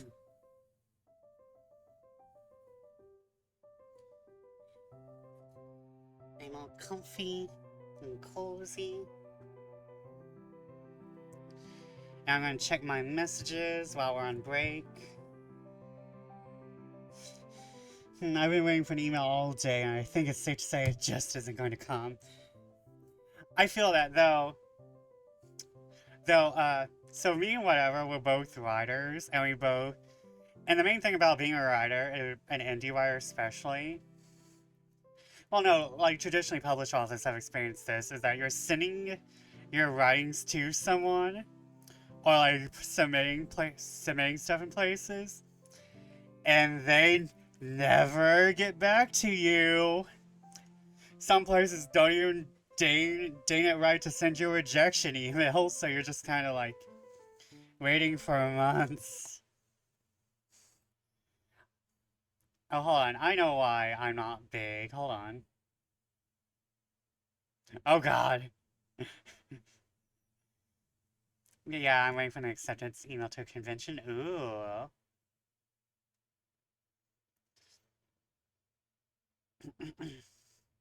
So it's looking like I didn't get in. Oh, that sucks. When we have VesperCon, you'll always have the biggest table. I hope I get big enough to be invited to conventions. I want to be invited to conventions. I want to have my show. What? Oh, show is a 1 in a million. I hope I can get, like, at least, like, Shia popular, maybe. Asking for Shoto popularity is asking for a dream. I like to get invited to writing things one day. One day. I hope I get invited to writing things. I hope I get invited to something.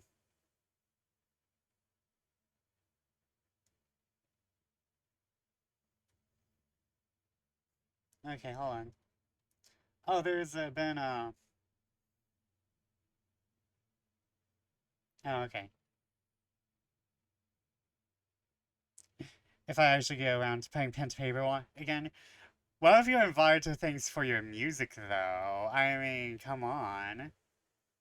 I'd say you're good enough to be invited to, like, music things.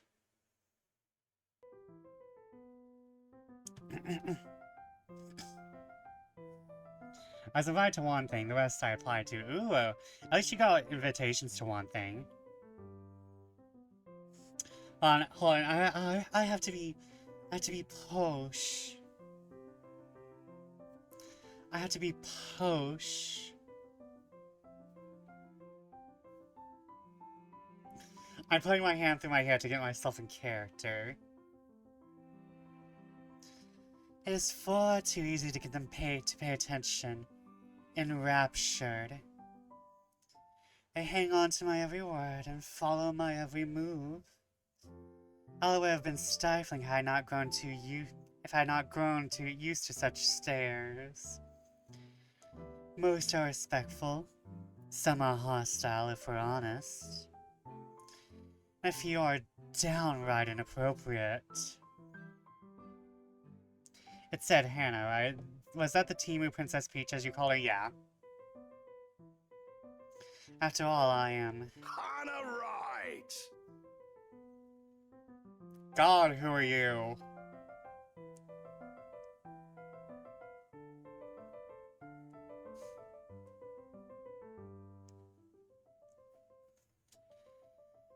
Sir, you... Why is this the most NPC-looking man I've seen ever? The way he opened his mouth to smile at the end. I'm fucking done. Where is the drink that would always should be in a sandwich?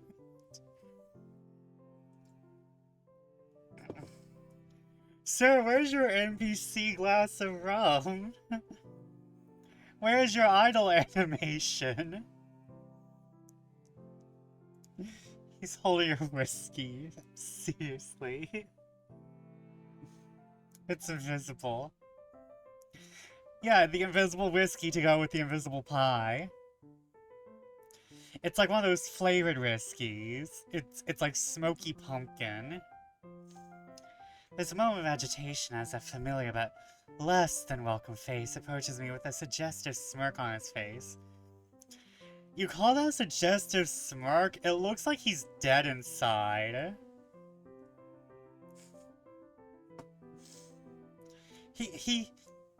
I feel like I've seen, like...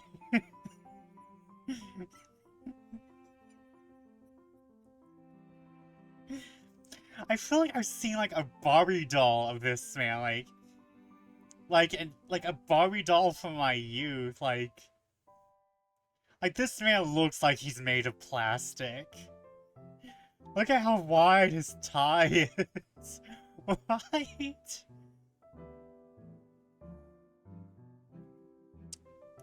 That tie is bigger than any thought he's currently having. That tie is larger than his brain.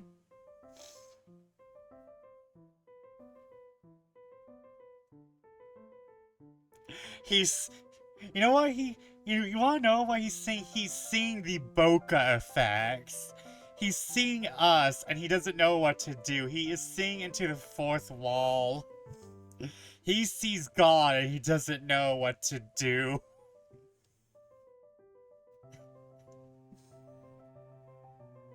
He blinks, and it's audible. Of course, I have to keep a benevolent smile and greet him as I greet any good friend. After all, this man can turn heads being famous in his own right. He turns heads because he lives in Uncanny Valley. He walked out of Uncanny Valley and came here. No stops. No sleep. Just came to give us the creeps. No stops, no sleep. Just came to give us the creeps. He's like an alien who tries to blend in. What's up, my fellow humans? Skibbity.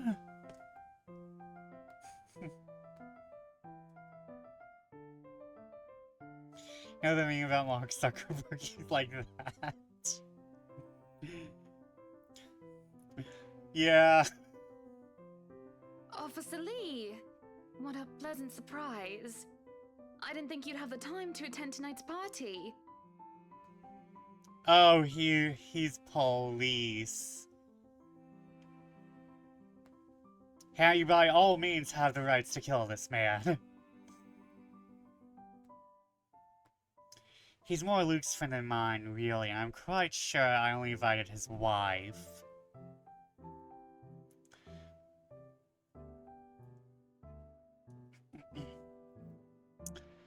Much like I am only friends with the Chief Inspector because of Luke, Luke is only friends with Rochelle because of me. Like how I treated Lee, however, Luke never hid his animosity for the Lee matriarch. It's an odd sort of friendship where we would have awkward double dates. Who's Rochelle? The wife of Mr. Plastic Man here. I don't even recall his first name. It started with an N, I think. I might be wrong. Aside being the chief inspector of the Luxborn police, his wife, Rochelle Lee... Rochelle Lee Naive Vance. Leanie. No, there's French bullshit there, so it's Lee Nay. Lee Nay. Nee.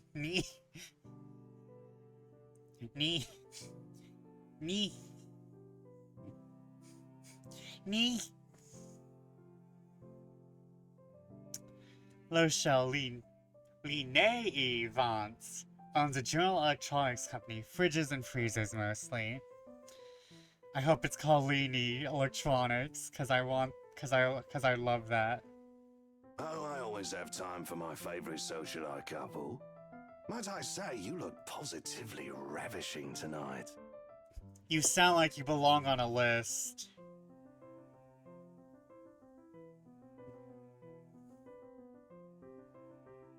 I see the husband isn't with you.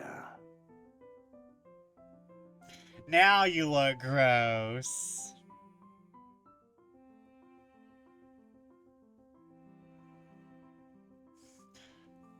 But you look gross, but your face also looks more plastic. Here's the thing. The husband. He doesn't say the man's name. And here's the thing, he's supposed to be Luke's friend more. The way he eyes me up is enough to make my skin crawl. I just wish Luke was here to fend off the more unseemly of our peers. Oh god, he's hitting on you. And he has a wife. You know the ones. Men who are just a bit too friendly, staring too long at my assets, and getting close just because my husband is not here. And to think they have the gall to do this at my own party. In my own house, I might add.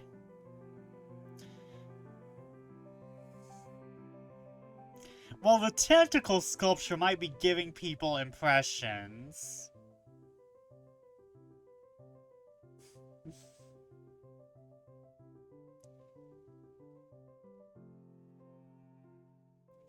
I just noticed the huge painting of wine. Yeah. Luke did say he wanted a winery.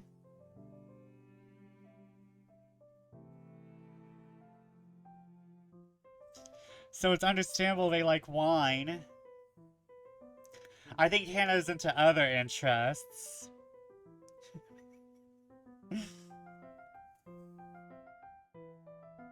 This is my 6-foot painting of wine. It's going in my house size living room.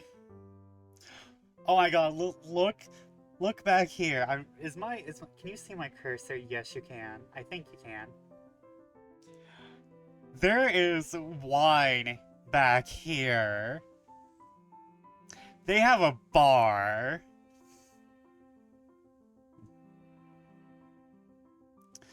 They have a bar with that looks like it has like 4. I bet there's 4 shelves and it's all wine.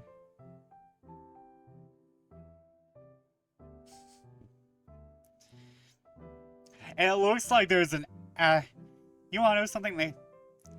If I was Harry Potter, I wouldn't mind living under these stairs. It looks like there's even a fucking room back there. Where the wine painting's 6 feet tall.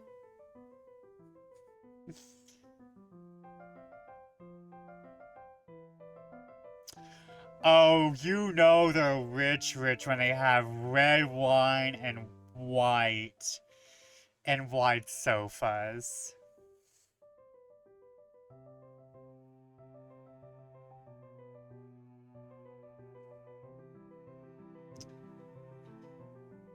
These are people who can afford to dry clean a sofa.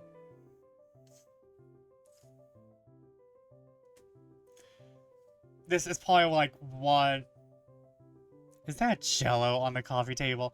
That is apples. Those are likely real apples too. Those are decorative real apples, probably.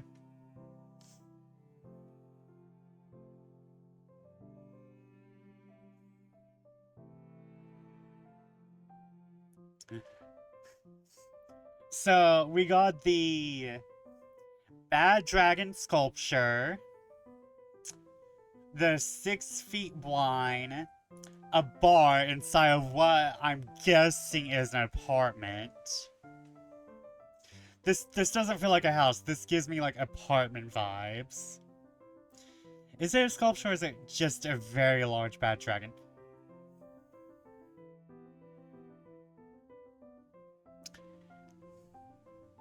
Could be either.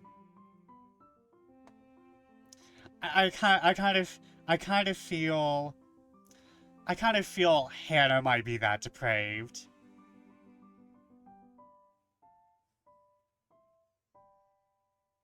Yeah, but do the rooms you rent usually come with a staircase?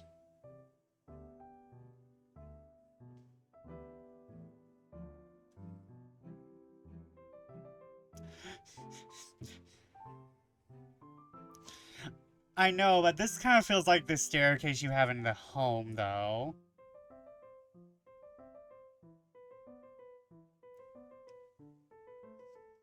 Like, this just feels like a rich person apartment to me.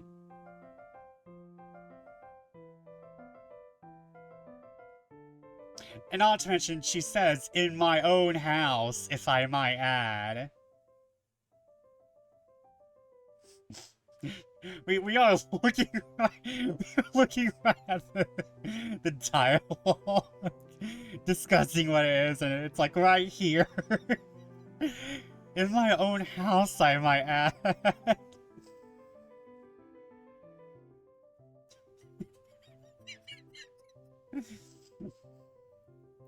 But like any high society woman worth her salt, I know how to handle it with grace and dignity. I suppose you are looking pleasant as well. Luke's busy with work, unfortunately. I suppose they put more plastic in your face. You're looking shinier than ever. Did they run you through one of those AI machines that also put in that really plasticky looking porn? You looking marvelous today, Luke.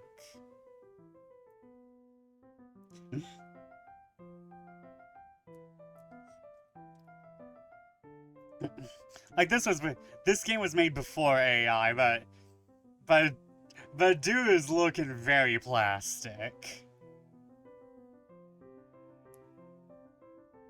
Rochelle isn't here? A shame. I do hope he isn't causing you much trouble. That husband of yours can be a bit daft sometimes, acting like he's still some young bachelor. The wife sends her regards and her apologies, but something came up with a doctor and she needed to attend to it. You know her being pregnant and all. Oh, you're a police officer who's married and about to have a child. Oh no. You know her being pregnant. Oh, like it's some kind of personality. What's your personality? I'm preggers.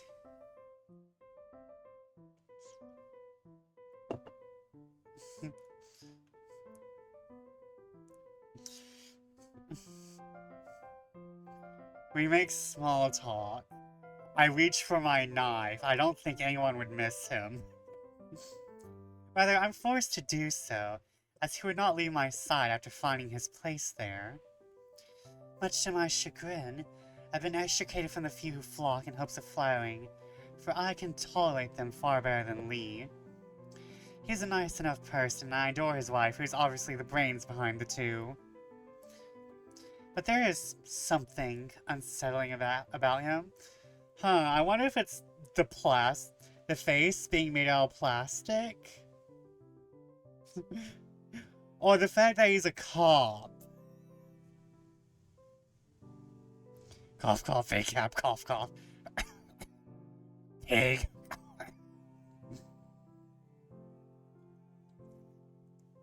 Oh my, I feel like I'm in the mood for ham.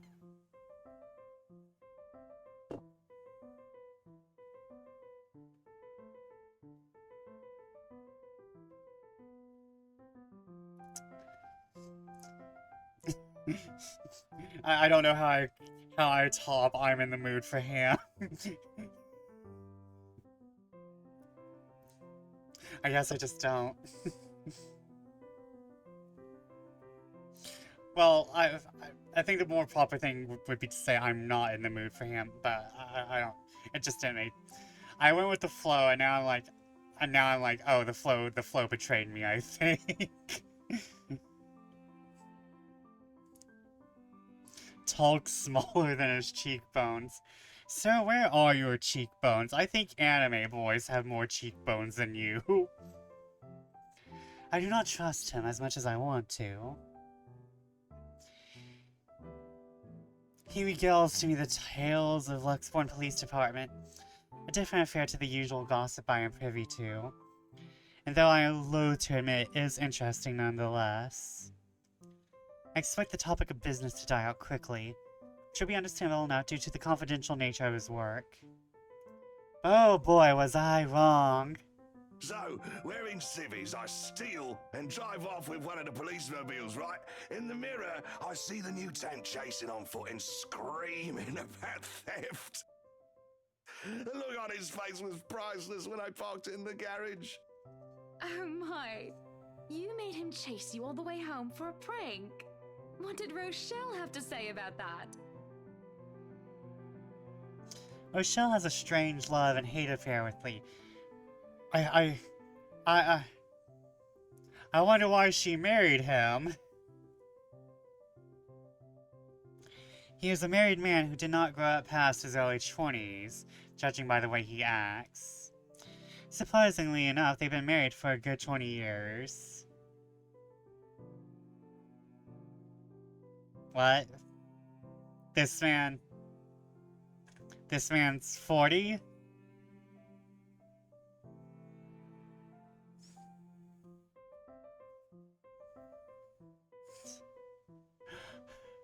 The Botox is real.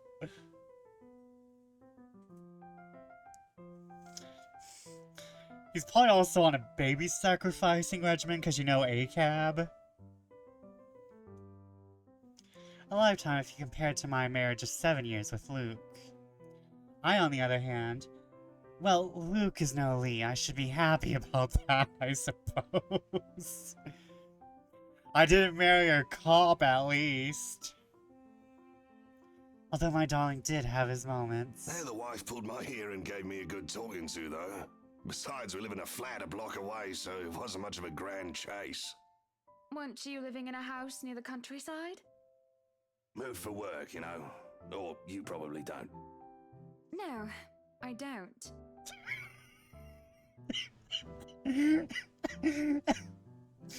Hannah's like, I'm too rich for that bullshit.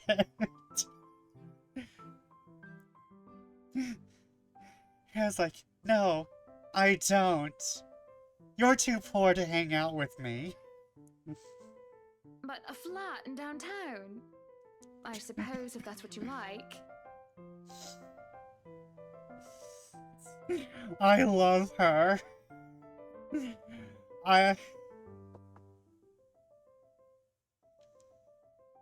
Hannah's blush is like pirouette and way up near her eyes. I think they were trying for... I think, if I remember correctly, this came out around DMMD time. And I think this, right around when Dramatical Murder was released, I saw a lot of people begin using, like, red lines around the eyes for some reason. And I guess this may have been an attempt at that. Like, to, like, make the eyes pop, you would put, like, a line of red-orange. Hold on. I actually want to show this, because it was something I noticed. With at least Aoba. Aoba. Where is, Ova? Ova.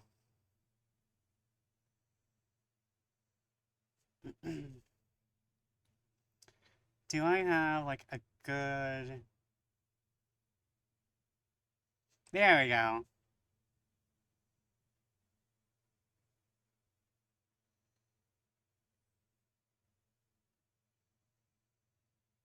Save image.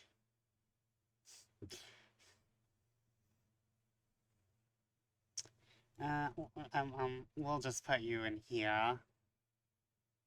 Okay, can I? Okay, add image.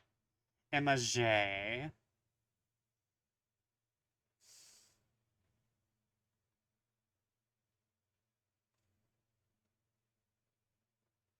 we go. Oh god. Okay, can I like... We'll just make it bigger. Now, as you can see here...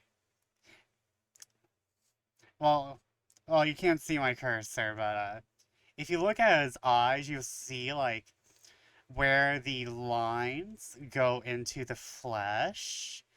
You'll see that there's a bit of red. Like, a fleshy, orangey... Like, between orange and scarlet... Like, between orange, red, and flesh, like, in that color family. You'll see that Aoba has that near his eyes, and, like, you'll see that in... I wonder if I can find some other pictures of it. And I think... Ooh, I almost... That's what I need to delete. I was about to delete myself off the screen. I was about to be Thanos snapped for real. Let's see here. No. Can I get to Kojaku? Let me go to Kojaku, because I think... Kojaku. I'm sorry, I have a... What's funny is that he's called Kojak in-game, but when he's first announced, they will call him Kojaku. Okay, where is he at?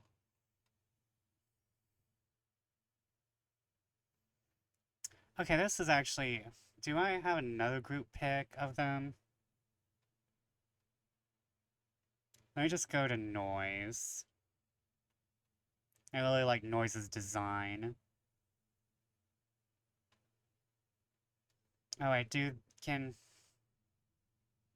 on. Full size. How big is it?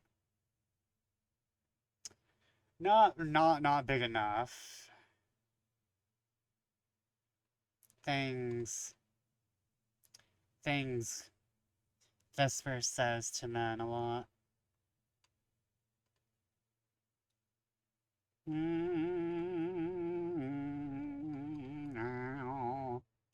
know what, I'll just use this one because you can almost see it.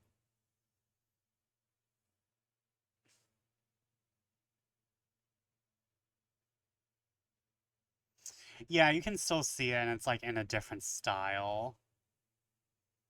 So like this is across styles. Save images.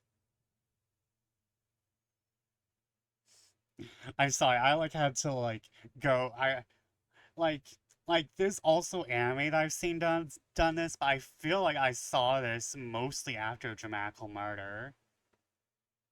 Oh, I almost added a scene. I don't want to. Um,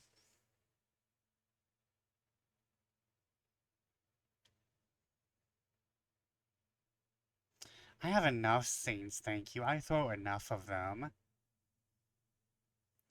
Okay, now this one's a bit harder to see, but I'll do my best.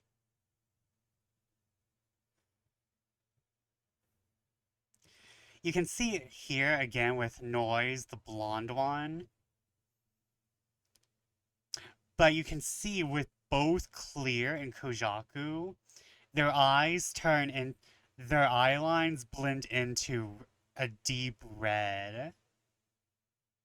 Like right at the ends right here. Now it could be that's because this is scanlation. But even a scanlation won't change the color to the point where I would think it would go into a different family. So you can see Noise's eyes still go into that like nice like fleshy reddy orange. And then both the lines on Clear and Kojaku go into a very deep reddish color. Now, I don't think this is trying to emulate that. I just think it's probably like, because we don't see on other characters, I just think it's probably Hannah's own personal style of makeup. I just wanted to have a side tangent. I wanted to have my side tangent moment.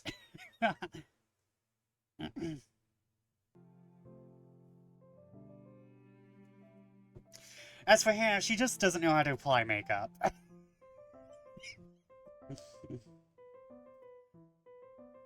Thank you for that. Yeah, no problem. I actually kind of like that style because I think it does bring attention to the eyes. And a lot of people will treat red as a neutral, and I might try to, like, do that myself. Oh, it's horrid. Hate that tiny place, no matter how convenient it can be for work. 55 square yards are not enough when you need to get away from the wife. Oh. You're 100% unlikable, okay. I wouldn't mind a place away from the city. Even started looking at the ads. I spied an interesting lot, actually. Heard it was finally put up for sale. Or that something mansion, you know the one with all the ghost stories. That's like 500 square feet, so kind of small. Yeah. I can't tell you. You give me measurements, and I'm just like...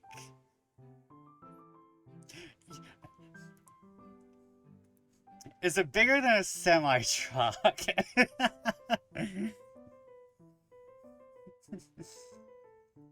But no, 500 square feet is small. Yeah. I know what he's talking about. There are really only a few urban legends around here. My two-bedroom, one bath is 700 square feet and it's a small place. It's like one bed, one bath. Oh god. It's... The Ermagood mansion?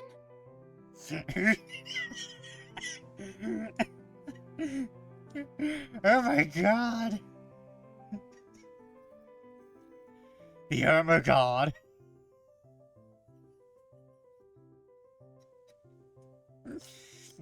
I think Hannah's my new fave character.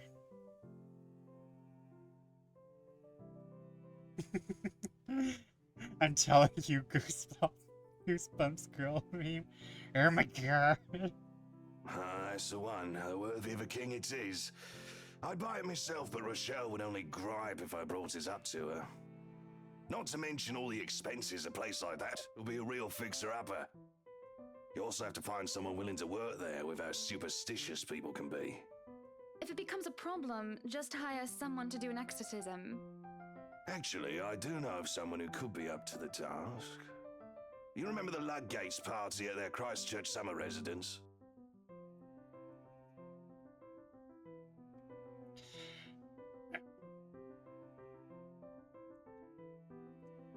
Christchurch has to be the name of all names.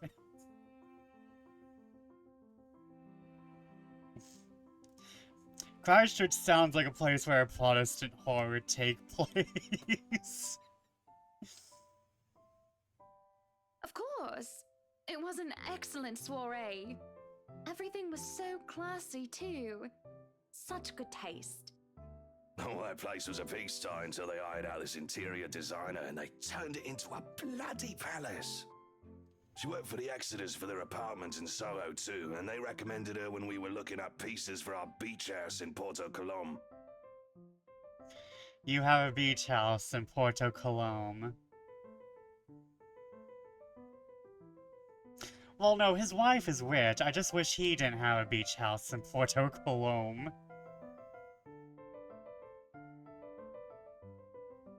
I think I have a business card right at... No, I must have left it in my other jacket. Anyway, she's called, what's her name? Marianne, I believe, yes. But truly, if anyone were to get that place in McCullough, well, they'd be the envy and the talk of the town. Well, if you put it that way, I might just snatch it up for myself. This place was starting to feel a bit small lately anyway. Sure, a 3-story penthouse might not fit the definition of small for some people.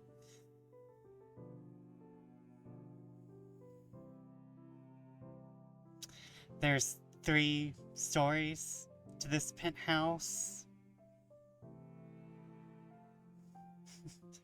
Hannah keeps reminding me of the humanoid form of dragon. Just like that's a small thing.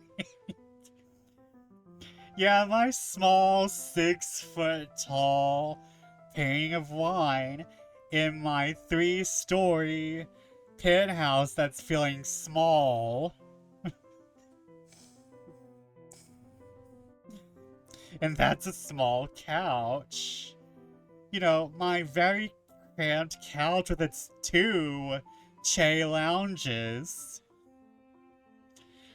Right in front of my small TV.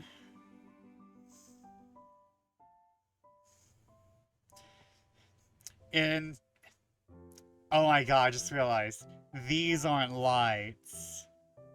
These are wine glasses. This is one of them upside down. One of them upside down wine glass holders.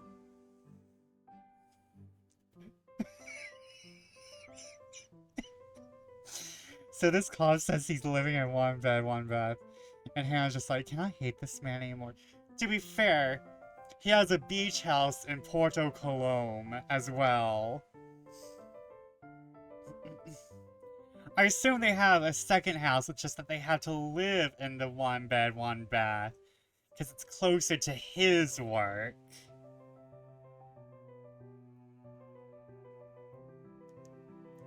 Okay, maybe a lot of people. Okay, at least Hannah is self-aware.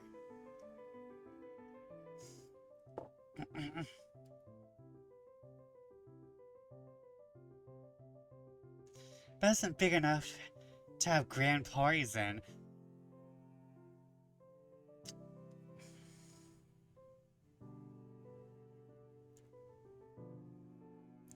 And that's like 200 square feet of his 500 house.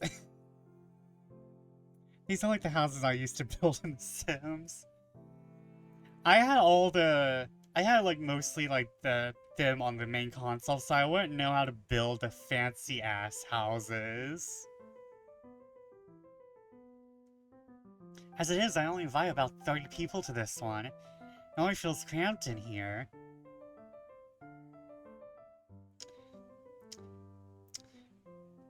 I'm like, you know 30 people, but I'm like, oh, I do know 30 people, okay, okay.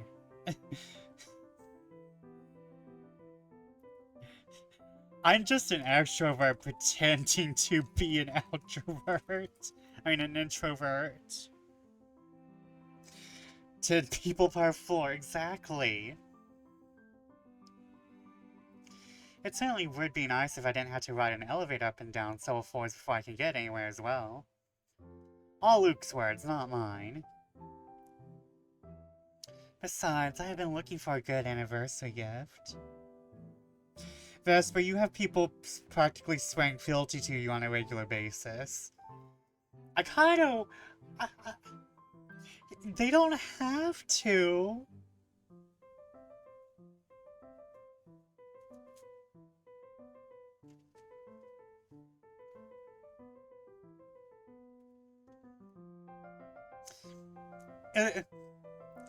Listen, you don't have to swear fealty to me to open up my quest line.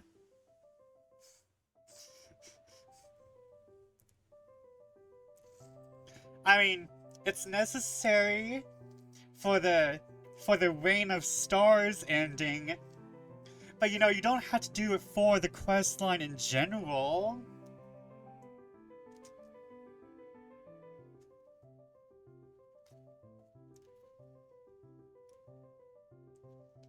Luke might like this one. Where is he anyway?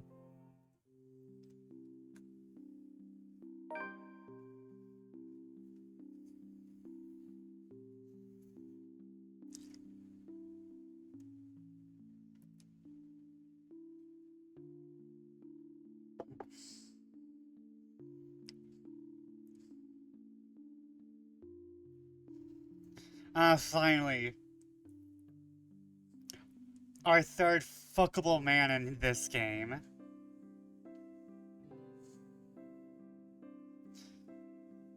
We have Ashton, we have Zach, and we have Timu Ron.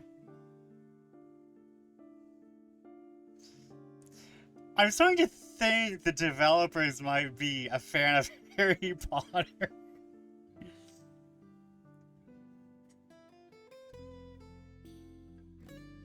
Because we have Ron Weasley next to Draco Malfoy. Oh, Vesper, look, it's a man, I know.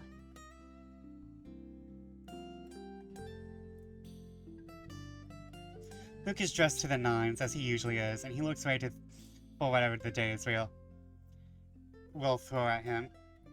I'd say Luke is fuckable, but he looks like...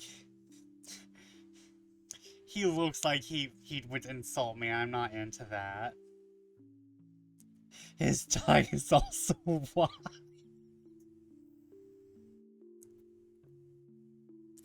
These men with their ties. To be fair, at least it's not square and wide.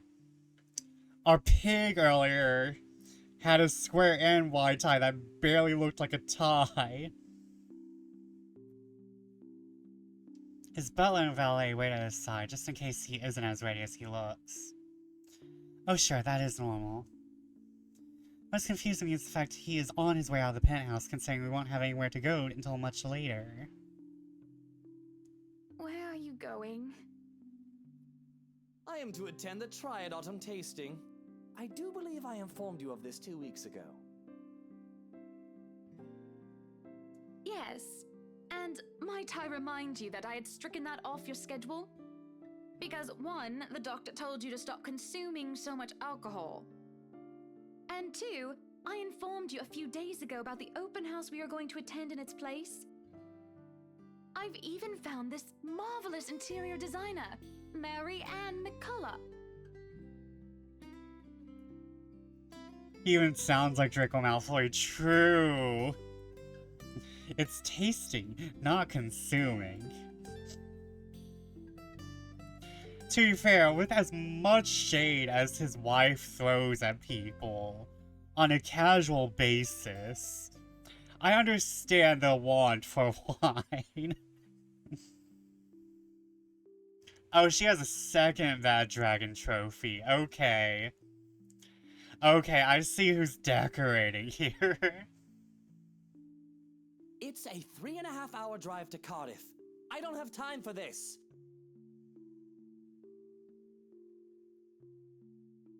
Wait, is this entire, like, overlook here just for the Bad Dragon statues?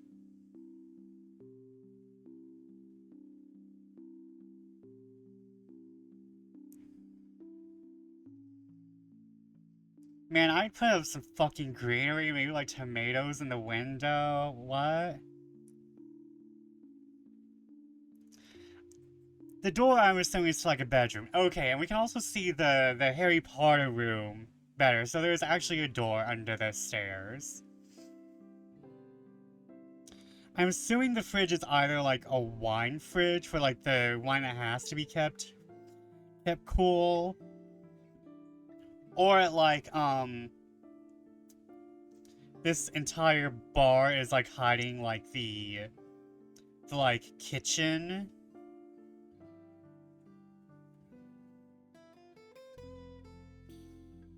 Love Harry Potter, but the Dursleys were rich as hell.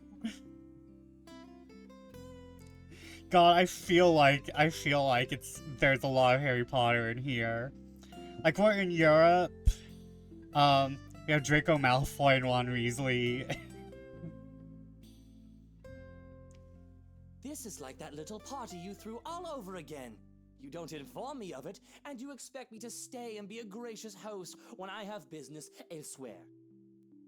You know how I operate, Hana. Unless this was penciled in, I am sticking to my schedule. If I may intrude, the madam is correct. Your physician did insist you moderate your drinking, unless you wish to incur acute pancreatitis. I don't know, I think I'd be down for letting him die early.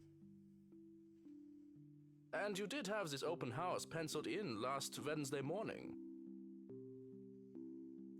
Bullocks, I don't remember doing so. Well, you did. While very hungover, in fact. Johan's got gloves on. Bollocks. We are very much in the UK. He did. Moaned about me being too loud, but gave in after some pushing. Perhaps that was a bit too cruel and manipulative of me, but... Whose side are you on? Come on, Luke. You promised we'd do whatever I want this weekend. Gordon Bennett, fine. I am giving this house tour of yours a chance. Gordon Bennett.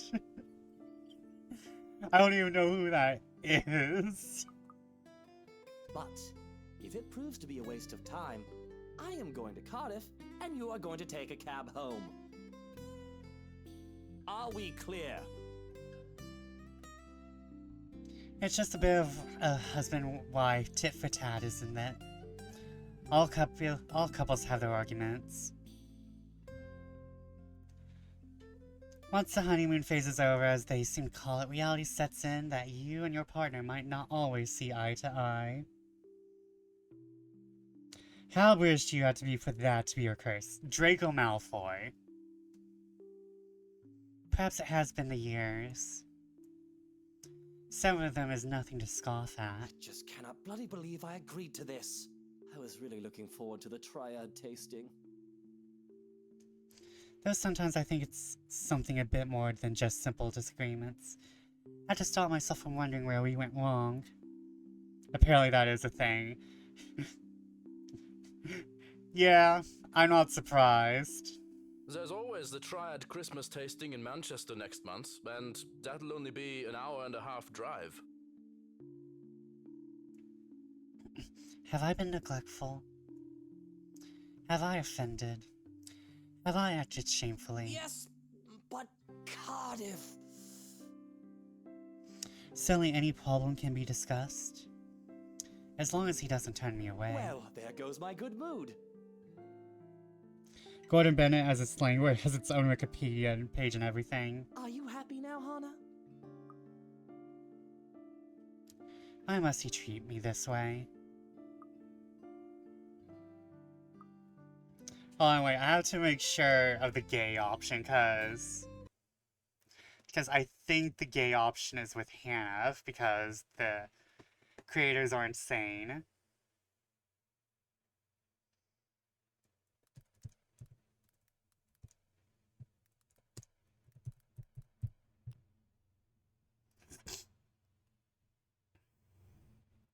Yes, there is romance options.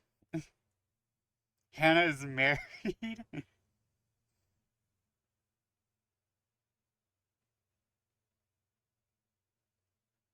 Okay, let's see here.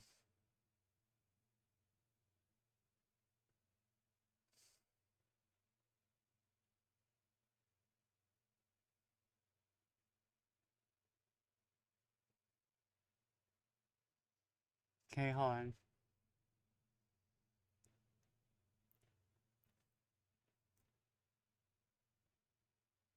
Wait, hold on. What's funny is that most of the romance options are with either Luke. Most of them are with Luke. Like, there's 3 for Luke, 2 for Hannah,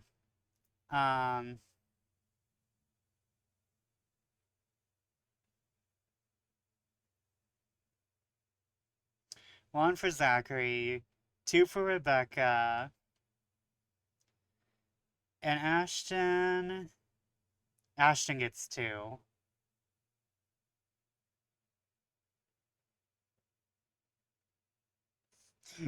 I guess their marriage doesn't work out.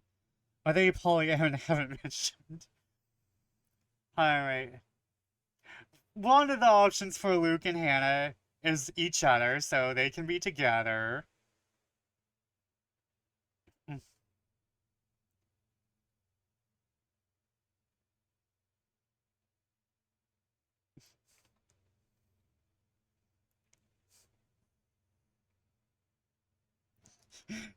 Being married to Luke was so bad. Yeah, we're going. I think we're going the Hannah Marianne route.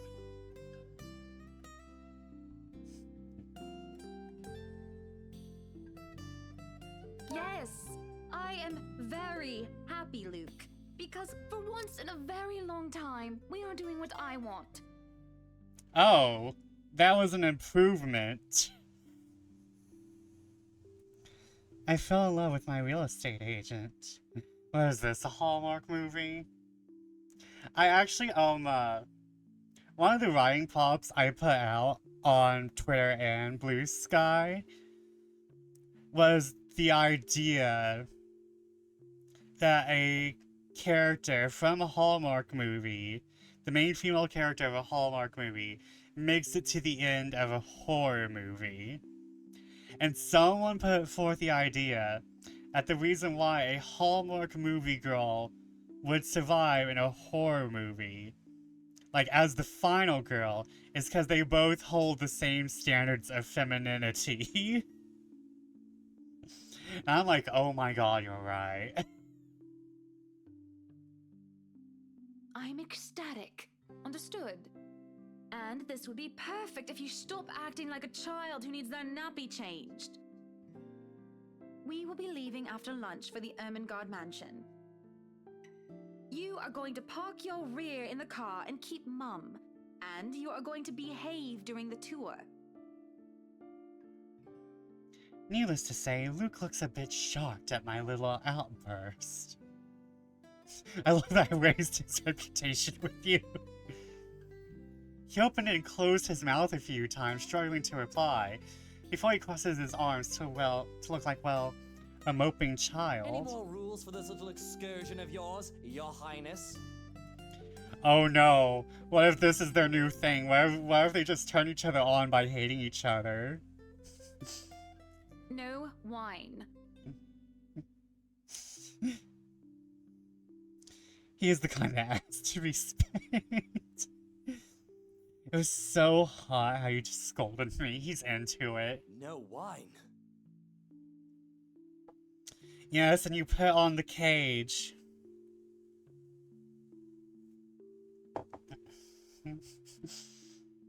Johannes over here in the fucking cuck chair now.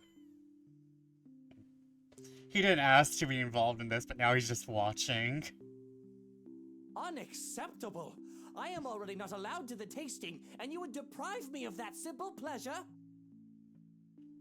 The cage gets tighter, Luke. If I see you take one sip today, I will put the stocks under lock and key.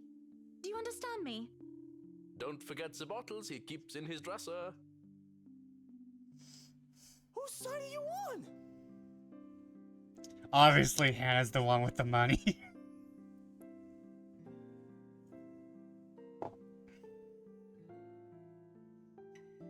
To be fair, we don't know what they use the other rooms for on the other floor. There is one of these rooms is about to be turned into a sex dungeon. How many times in one day can you ask that? Oh, he does the anime glasses thing. I love that. As many times as I need you, traitor.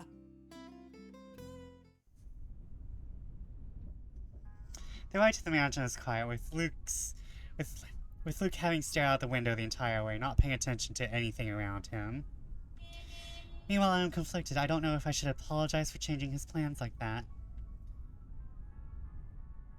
But by the time we arrive at the mansion, I see his little eyes light up in genuine interest.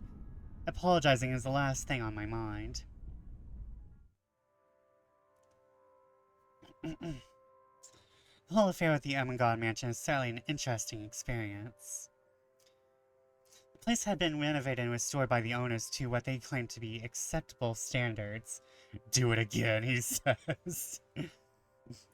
Scold me again. The mansion itself looks like something befitting a fairy tale or a period piece. It's tastefully decorated, and with a little bit of love and attention, I'm sure it can be a place Luke and I can call home. And a number of other prospective buyers that have come from powerful and wealthy Luxborn certainly did not disappoint, marking this estate as prime property. The ladies are amongst the group who went in with the Rose Woman. I saw a few other notable faces, though I did not really feel like mingling. Unfortunately for every one of them, the Rights are interested in buying. Oh god, we finally get to see Isabel in... Oh god, girl, they did your re wrong.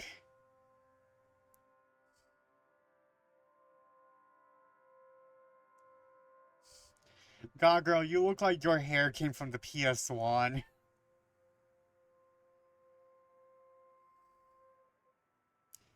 Why is it so chunky?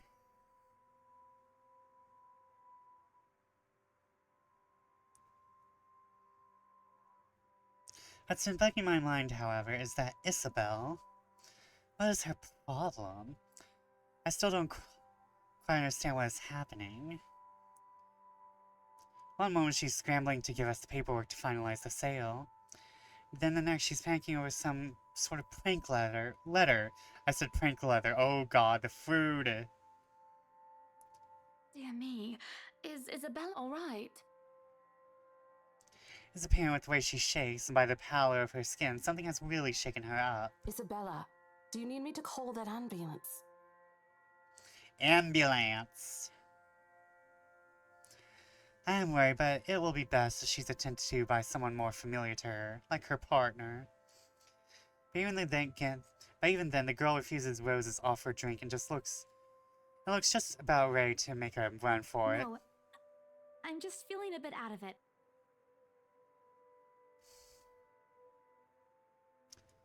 Excuse me. I'll be back.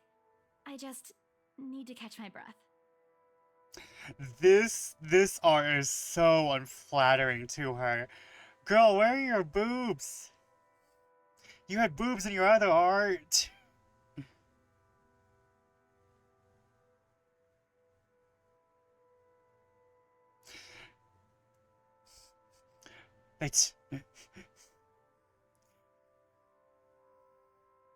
She looks like she's in a binder, yeah.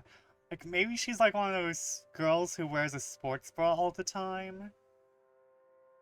Like, they gave her like a little bit of a curve, but you know, that could just be wrinkles.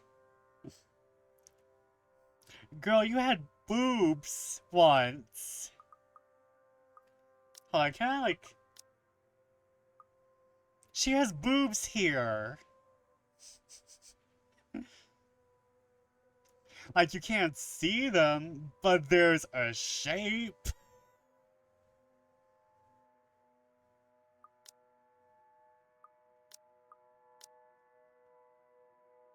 They really were like, we have 4 different artists, let's use all of them.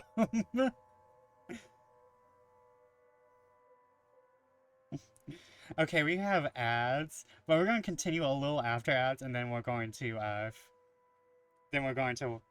find someone.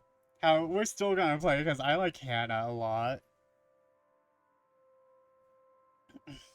Let me check my messages because I have like... I have a person having New Year's Eve, who's having like New Year's, you know, some people have seasonal depression, some people have the New Year's Eve, like, crushing existential crises. I just want to make sure everything's going alright. Because I understand that, like, it's like the crushing existential crisis is not that great. Okay, I'm just... Ooh. Okay, that's... Back to my normal account. Why do I have 3 Discords? I hate myself. Oh. Let's see here.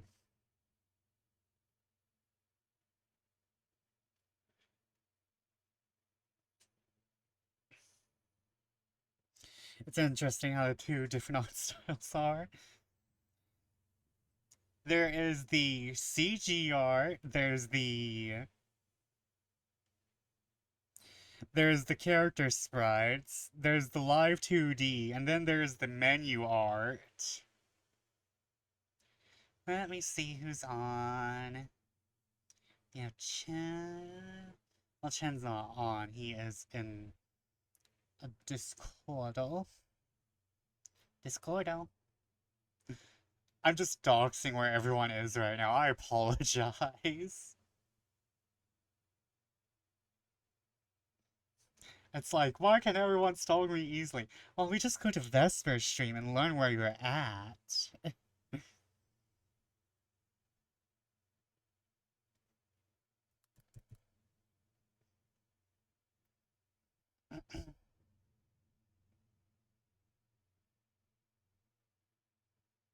Okay, let me... I'm just looking at things now.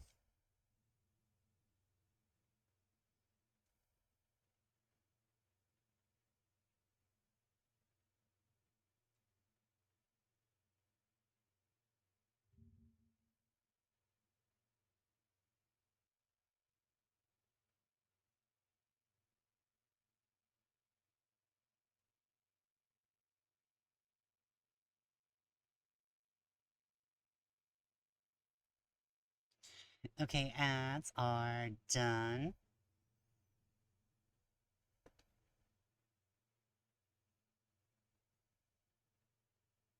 Okay, sorry, I was just like, doo-doo-doo. And she does so, just as I predicted. Her partner follows like a concerned mother. There's an awkward air among us as we... there's an awkward air among us as we are left in the wake of whatever that was. The others murmur and gossip with each other, speaking of the poor daft girl and telling the tale to whoever was not audience to the act in the first place. Doesn't take too long for the woman, Rose, to return and pull us aside into the study for what I rightfully assume is damage control. Rose invites Marianne too, hoping to apologize to her as well. Well, thank you for the Tamagotchi. Oh, every time I get up, my knees. Oh, my knees are crunchy and delicious. Well, they're crunchy. I don't know if they're delicious. I have not tasted my knees. I would assume they are delicious if, like, stewed. I have a lot of fat on me. You wanna stew fat, right? Or is it that you sear fat?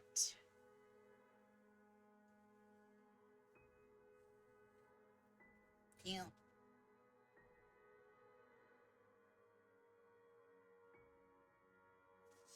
Gotta do that weird circular motion to loosen them up. Ah, yes, I do the twist, right? I have more long time Vesper lore. I was in... There was, like, you know, those school events you're forced to go to. So, like... In elementary school, there was, like, school-wide dance competition for some goddamn reason. I think I was my class's, one of my class's twist representatives. I don't know how you twist competitively. I know I was knocked out, I guess, pretty early on. Yes, there's a dance called the twist.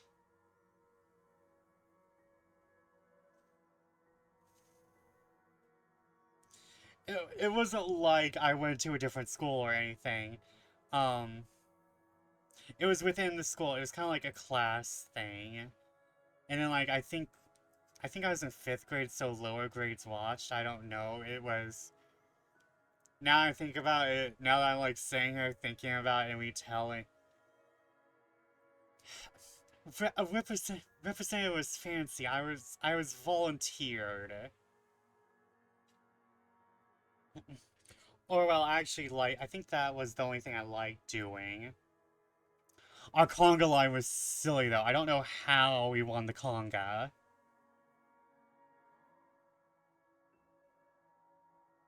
I do not know how our asses won the conga. We were choking each other to death.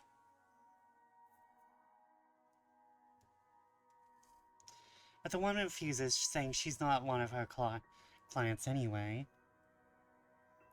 That leaves myself, Rose, and Luke. The last, all too eager to make himself comfortable in a study he's no doubt already claimed as his own. I can't apologize enough about what just happened. Please forgive Isabella. She's been under a lot of pressure lately. She's young, and all those rumors about this being haunted just got to her head. And it must be this terrible heat, too. Not a drop of rain for days now. Are you sure it is wise to just let her go like that? Where is the poor dear? She might get hurt. She's more likely to hurt somebody else, given what just happened. I told her to sit down and take a break. Already rang someone to pick her up, too. That might be for the best, dear. But please, we're here to talk about the mansion, yes? Why, I absolutely adore it! Don't you, Luke? Some of the rooms will certainly have to be repurposed.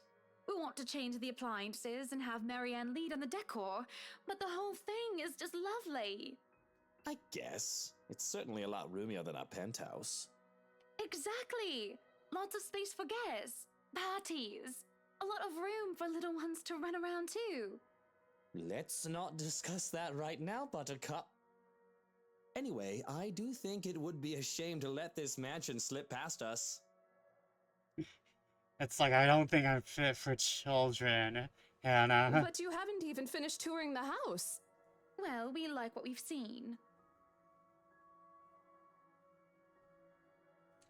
I am making her job easier for her, am I not?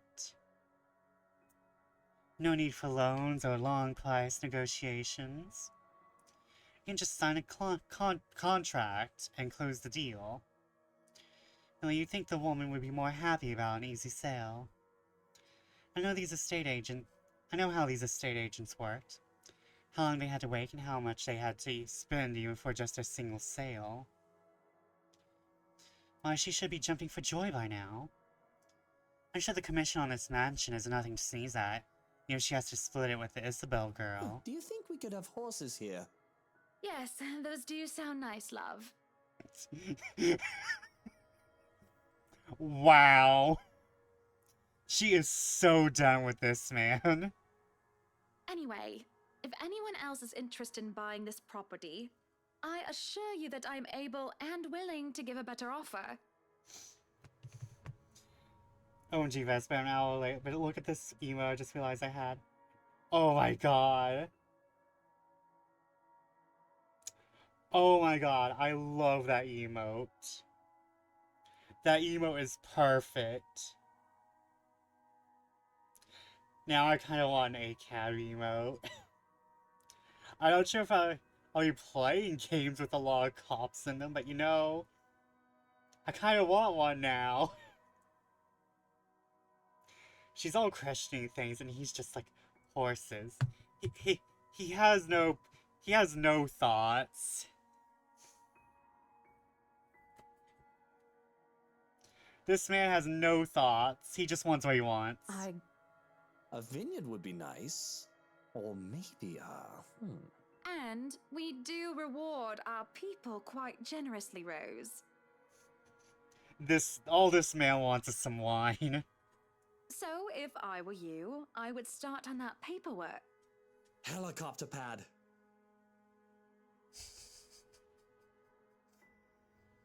What if Luke just has ADHD?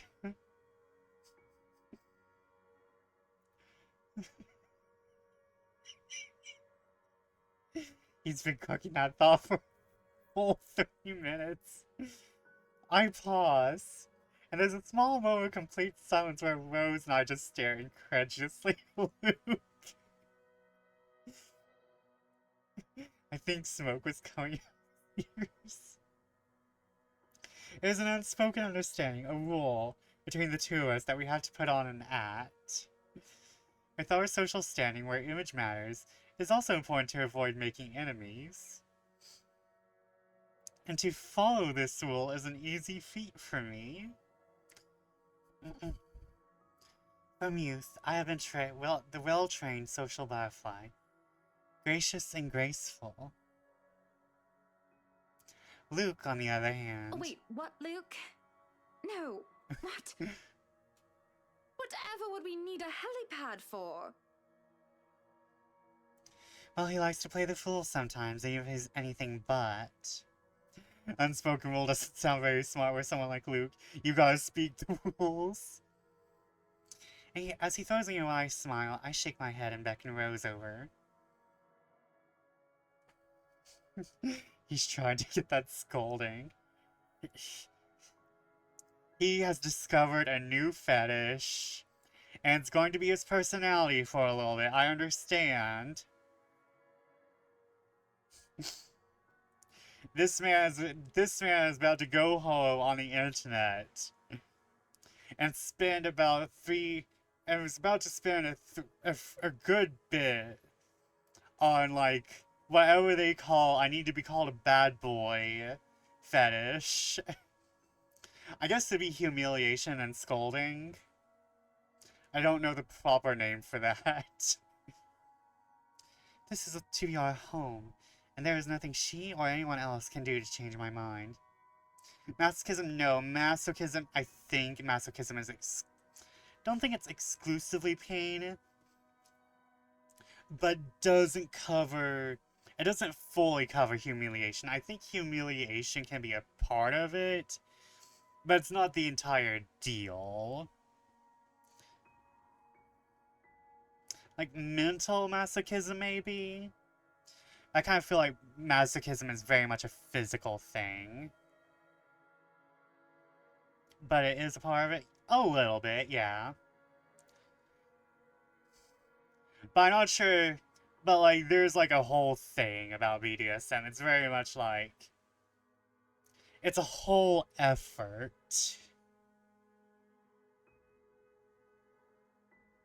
Remember everyone, clear your Google caches once every so often.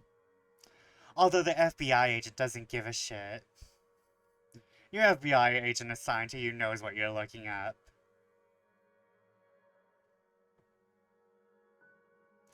This is a place that speaks of power and importance and, at the same time, of safety and comfort.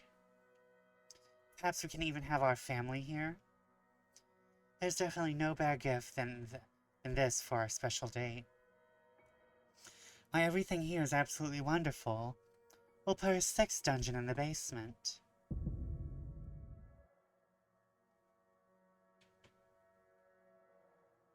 Well, that's certainly a painting. Well, except for this ugly painting in the study. It looks like a bad fake of an Edvard Munch painting. Hold on. I must know.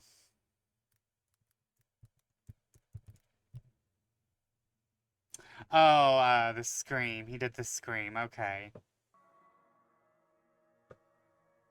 Here's the deal. I'm willing to pay 10% higher than your listing price. I was looking away for a second, and you said that so effortlessly, I thought they actually put that in the script. Remember, always watch when Vesper is saying something. He will ad-lib something weird. If anyone tries to outbid us, just add another 5%. I doubt anyone can, of course. Or, you know what? Just add 15% to the listing price, and we can sign all the paperwork now. I guess, if that's what you want. That won't be any trouble. I don't have all the papers now. Didn't think this would be a quick sell. What a power move. She's like, perfect anniversary gift, I'm getting it now. Wrap it up, I'm going home. I'll have copies sent to you so you can look over them. And if you'd still like to finish the rest of the tour with Isabella's group, you're more than welcome to. No, I think we're good here. We'd appreciate a private tour of the place a lot more, I think. All right. Should I let Marianne in, then? Marianne, oh wait, she's been waiting outside the study this whole time, hasn't she? I'll need to have a little chat with her to move this little mansion project forward. Please do. There's a look of apprehension when the other woman enters the study. Yet, like a professional, I see the moment she steels herself and masks her worry.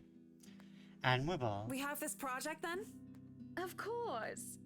Will you be needing anything from us? Having the floor plans would be a great start, just so that I can look at them beforehand. And if you could tell me when you're available for a meeting so that I can include it in my calendar? Oh, is a meeting really all that necessary, Marianne? I'm rich, I have no sense of aesthetics. You could cover this place in dolls and I wouldn't mind. I guess we can send Johans to help you out. You two can start by getting rid of this ugly painting. I love how it's just like flashed to the painting and the music changes even though the music was only there for like 5 seconds. A hush falls upon the room at my request. What painting? And lo and behold, the painting is gone. In its place, a mirror stands, which leaves me to look at my own confused expression. Oh. Yay. You know, just chuck that mirror. Odd. Well, no matter. Chug that mirror, you don't need it. It's a little much in this study anyway.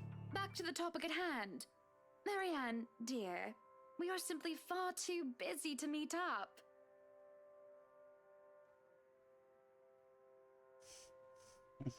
Paintings turning into mirrors is your phobia. You know what? Let's free up the schedule. But I guess we can free up a day to meet with you.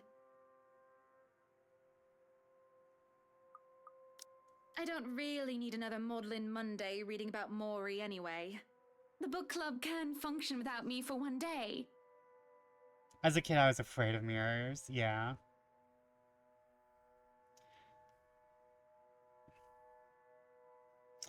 Yeah, I don't think a book club meeting is that important. What time shall we be seeing each other? How does lunch sound? Besides, my house has higher priority over a book club. Or we can hold the next meeting in this place. Wait, so who can Hannah romance again?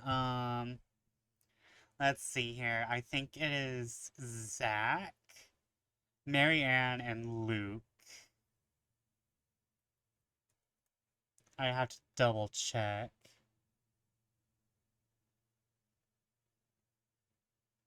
Come on, Steen.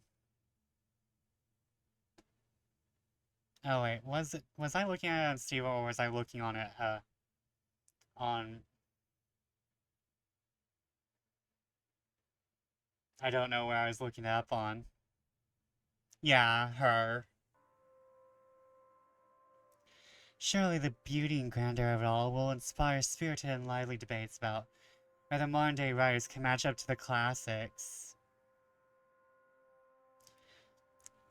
God, Hannah, just kill my ego. Might as well clear up the rest of my week to handle whatever affairs buying this mansion requires of me. Any social activity can be put off until the Ermengarde, or rather the Wrights Mansion's great debut. I'll have my fill of great parties and gatherings, especially when I organize them myself. That sounds good. Although, with a project of this scope, we might need most of the day to tackle your concerns. Who can Rebecca romance? I think it is... Rebecca can just romance Ashton and Luke, funnily enough. A more thorough inspection of the place is also preferable. Breakfast then. It's a date.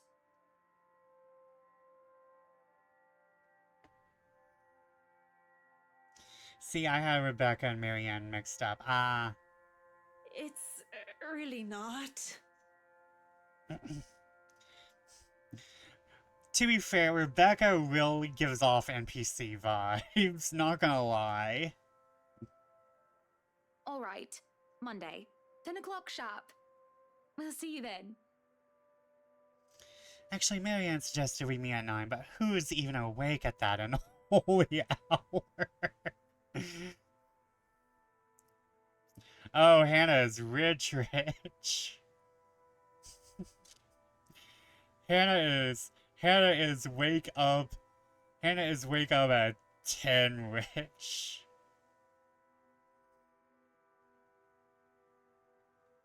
I mean, I wake up at 10, but I'm in a different position. I'm jobless.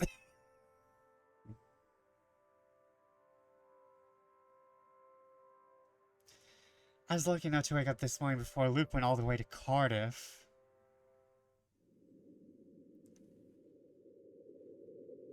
We say our goodbye, shake hands, and make it clear without outright saying it that we now own this house. By the time we left the mansion grounds, sunset is almost upon us. Because work hasn't started back again for me, yeah. So, you really want to buy this place then?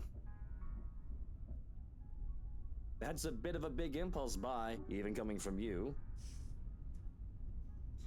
I went to bed at 1:30 and woke up at 8:30. Why so early? I don't know. I could have slept in today. Yeah, I accidentally woke up at... I think I actually woke up around 9 or 10-ish.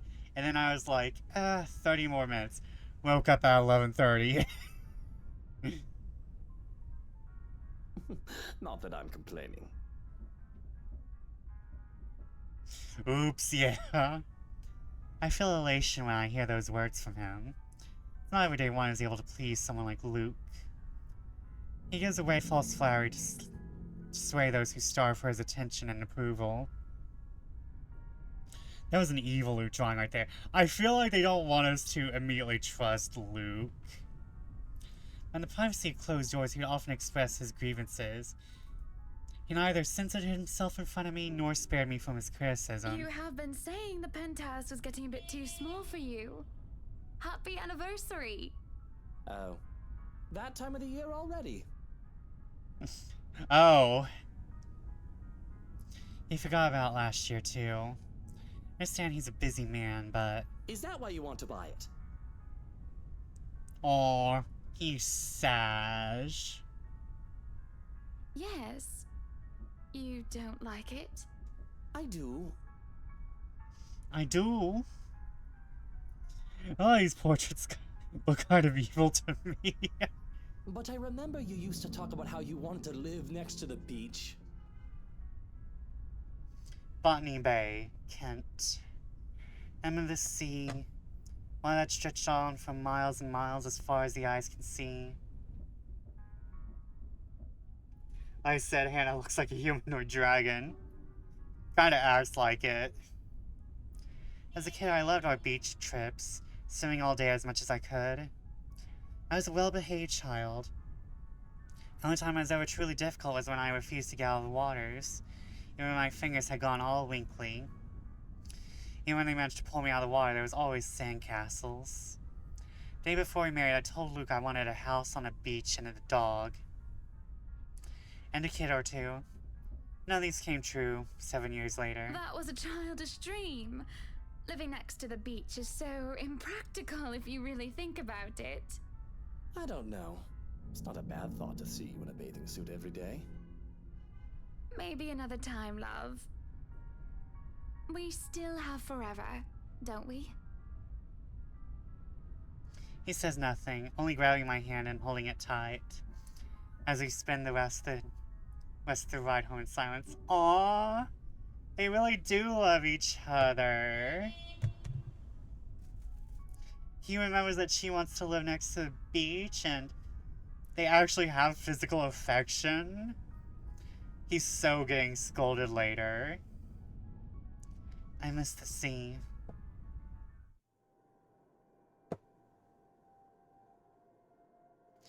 Sick and hovering over the loo at 3 in the morning.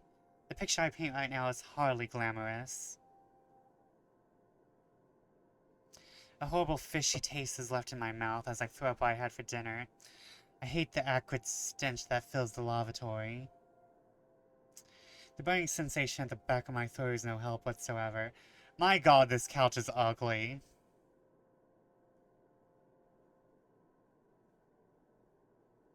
Like, now that we can see the couch, oh my god, it's hideous. Like, what the fuck is the shape? The fuck is the shape? Like the lounges are fine. It's the middle part that's weird.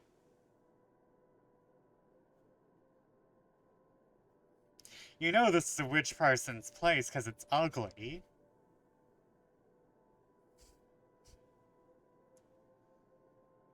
And look at these chairs. They look like those really shitty lawn chairs. The ones that sit too high and are made of plastic.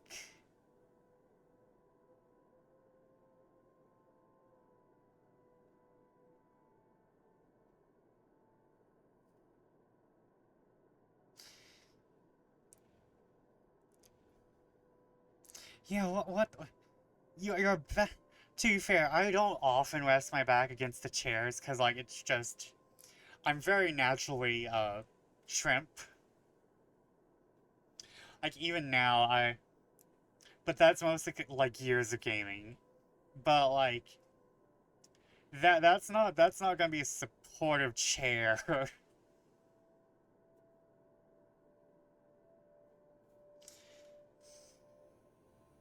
Yeah, that's my back. Well, I don't...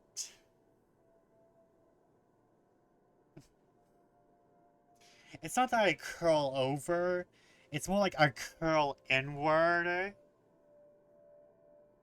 Nowadays, I might have been doing more curling over in my youth, but now I do more of a curl, like my back is curled.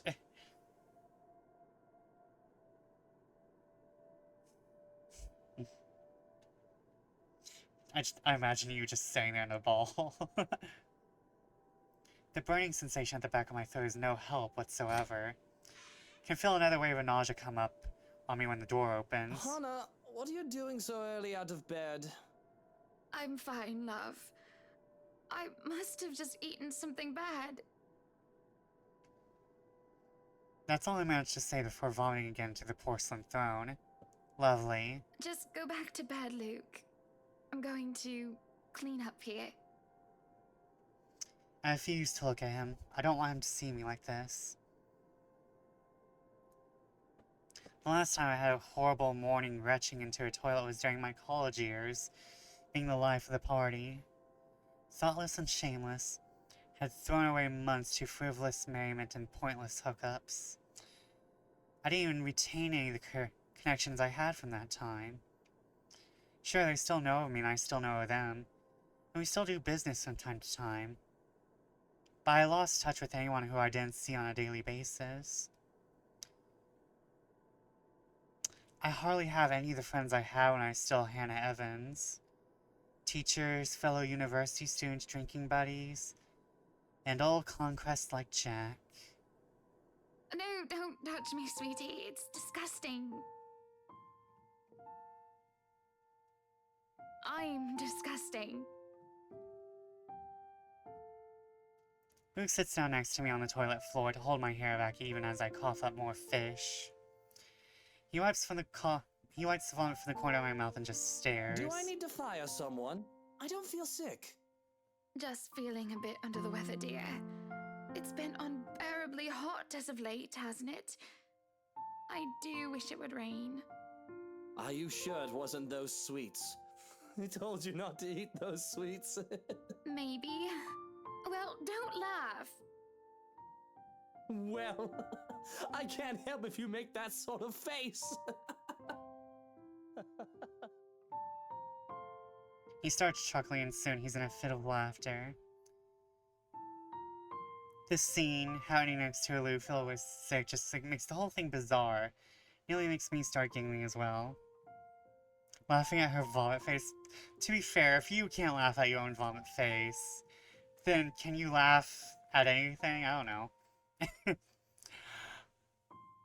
What I just realized is that they both were supposed to have just woken up, right? Why is he in a suit?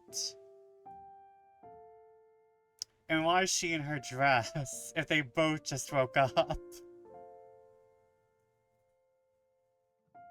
I try to stifle it though as I smack him on the shoulder. I'm not making a face, Luke.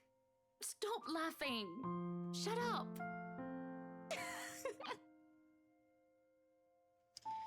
And he would not stop laughing. I let myself go as laughter bubbles from my own throat, and I forget whatever ill feelings plagued me. My people sleep in formal wear. I'm so rich I can sleep in a suit. You're just husband and wife, laughing together at a funny face, the little things in life. Let myself go, because I know these moments will not last forever. But if I just know the terrible things are to come for us, I would have wished everything I have then and there, but the laughter stayed. Hiya! Come on now! Okay, I think that's a good place to save.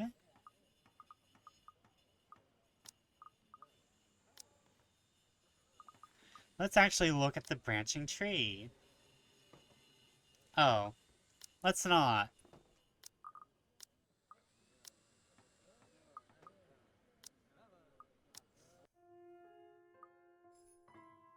Oh, wait.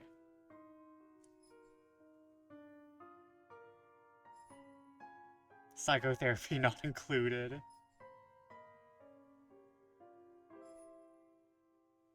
Wheel and Row begin chapter 2 with a good staying with Luke.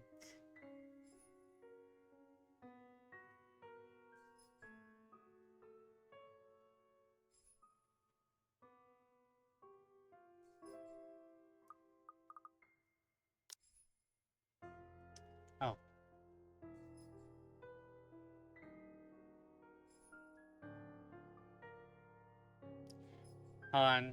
Get back to game.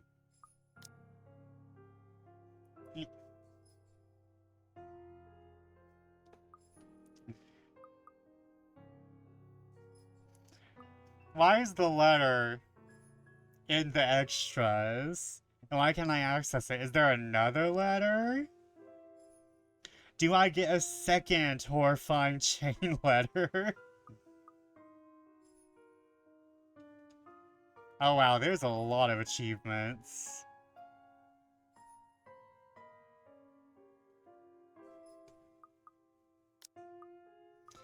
Okay, let's exit. Alright, gallery. Oh, so we're missing a few item sprites. Oh, here you go, whatever. This was the announcement for Rose's death.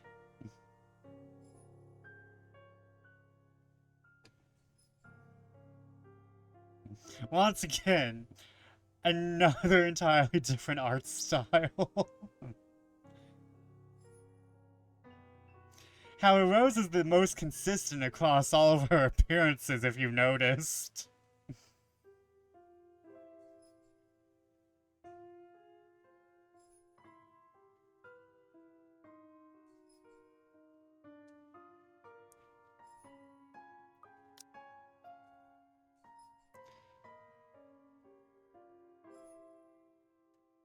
Ooh. Oh.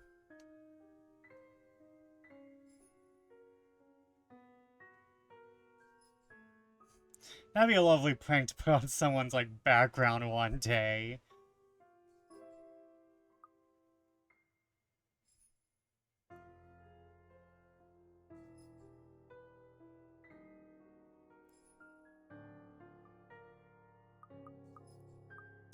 Oh, they split them into chapters. Okay. So wait, hold on. I'm still missing a lot from chapter 1. I still have decisions to make.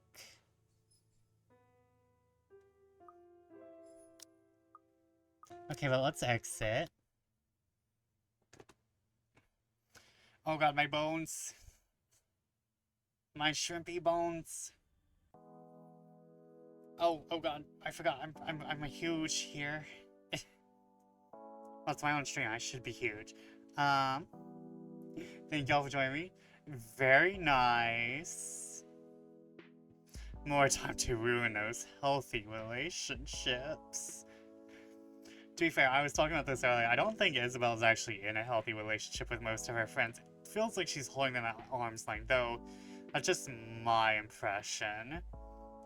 Like, she knows she has to go back to the Philippines to help take care of her family. It really feels like, why hasn't Becca told her best friend, if Isabella is her best friend, that she wants Ashton to dick her down? Like, I don't understand. If they're so close, why hasn't that been said?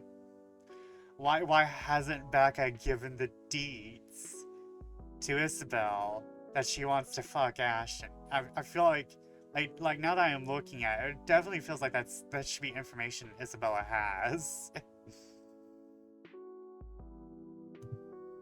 But thank you all for joining me. Amazing first stream of the year.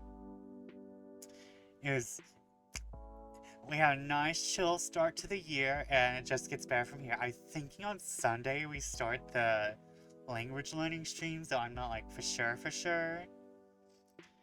However, I do like having myself a nice spread of content. And we can learn together. And Twitch? Oh. I forgot. Who is on? Who is on?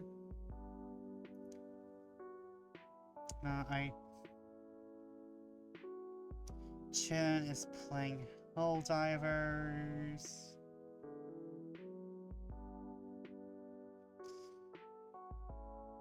Oh, I haven't rated ink in a bit. What are you going to use for the language? YouTube videos. We are doing this the old-fashioned way. Or, well, the 2010s way before, you know, Babel and bullshit was a thing. Like the in-between times. The times between Babel and Duolingo existed. But when Rosetta Stone fell out of existence, we will learn through YouTube. Rosetta Stone has been around for a long time. Yeah, but when was the last time you seen, like, an advertisement? Like, I feel like I haven't seen... Like, I remember, like, back in the olden days, you'd see, like, a Rosetta Stone advertisement, like, every so often. Like, it'd be, like, one of those, like, midnight commercials, you know? Like, midnight advertising. But now you, like, now you don't see it. I know it's likely still existing, but it's like, its existence isn't like loud. And it's like, oh, there's Duolingo and Babbel, and I feel like there's another popular one that's not coming to me. No, I do think... Though I do think Babbel made a choice in naming their language service after the tower that got toppled over because we were getting too prideful. I'm just saying, you know, that was an event. I mean, it may not have been a real event. But that was the term for talking, I know, but there's definitely a dual meaning. I know they mean babble as in talking, but I'm just like, you're testing patience of someone. I'm not sure who you're testing the patience of. But I don't think they like it.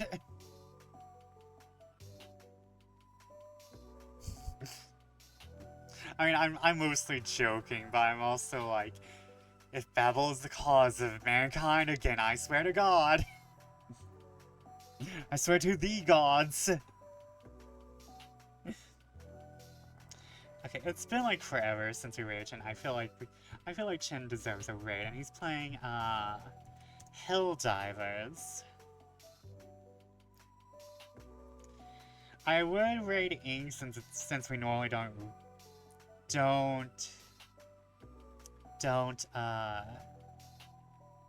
stream at the same time. Oh wait. Well, the Tower of Babel is... Yes, but we didn't have the languages until after Babel. I'm just saying. I know how to spell ethereal chinchilla, I think.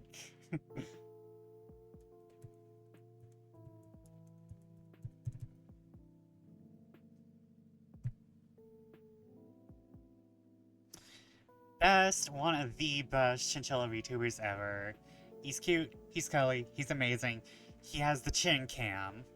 He has the cheeps cam. And it was a nice stream for y'all. Good night, good fortune, Happy New Year's, and I'll see you when I see you.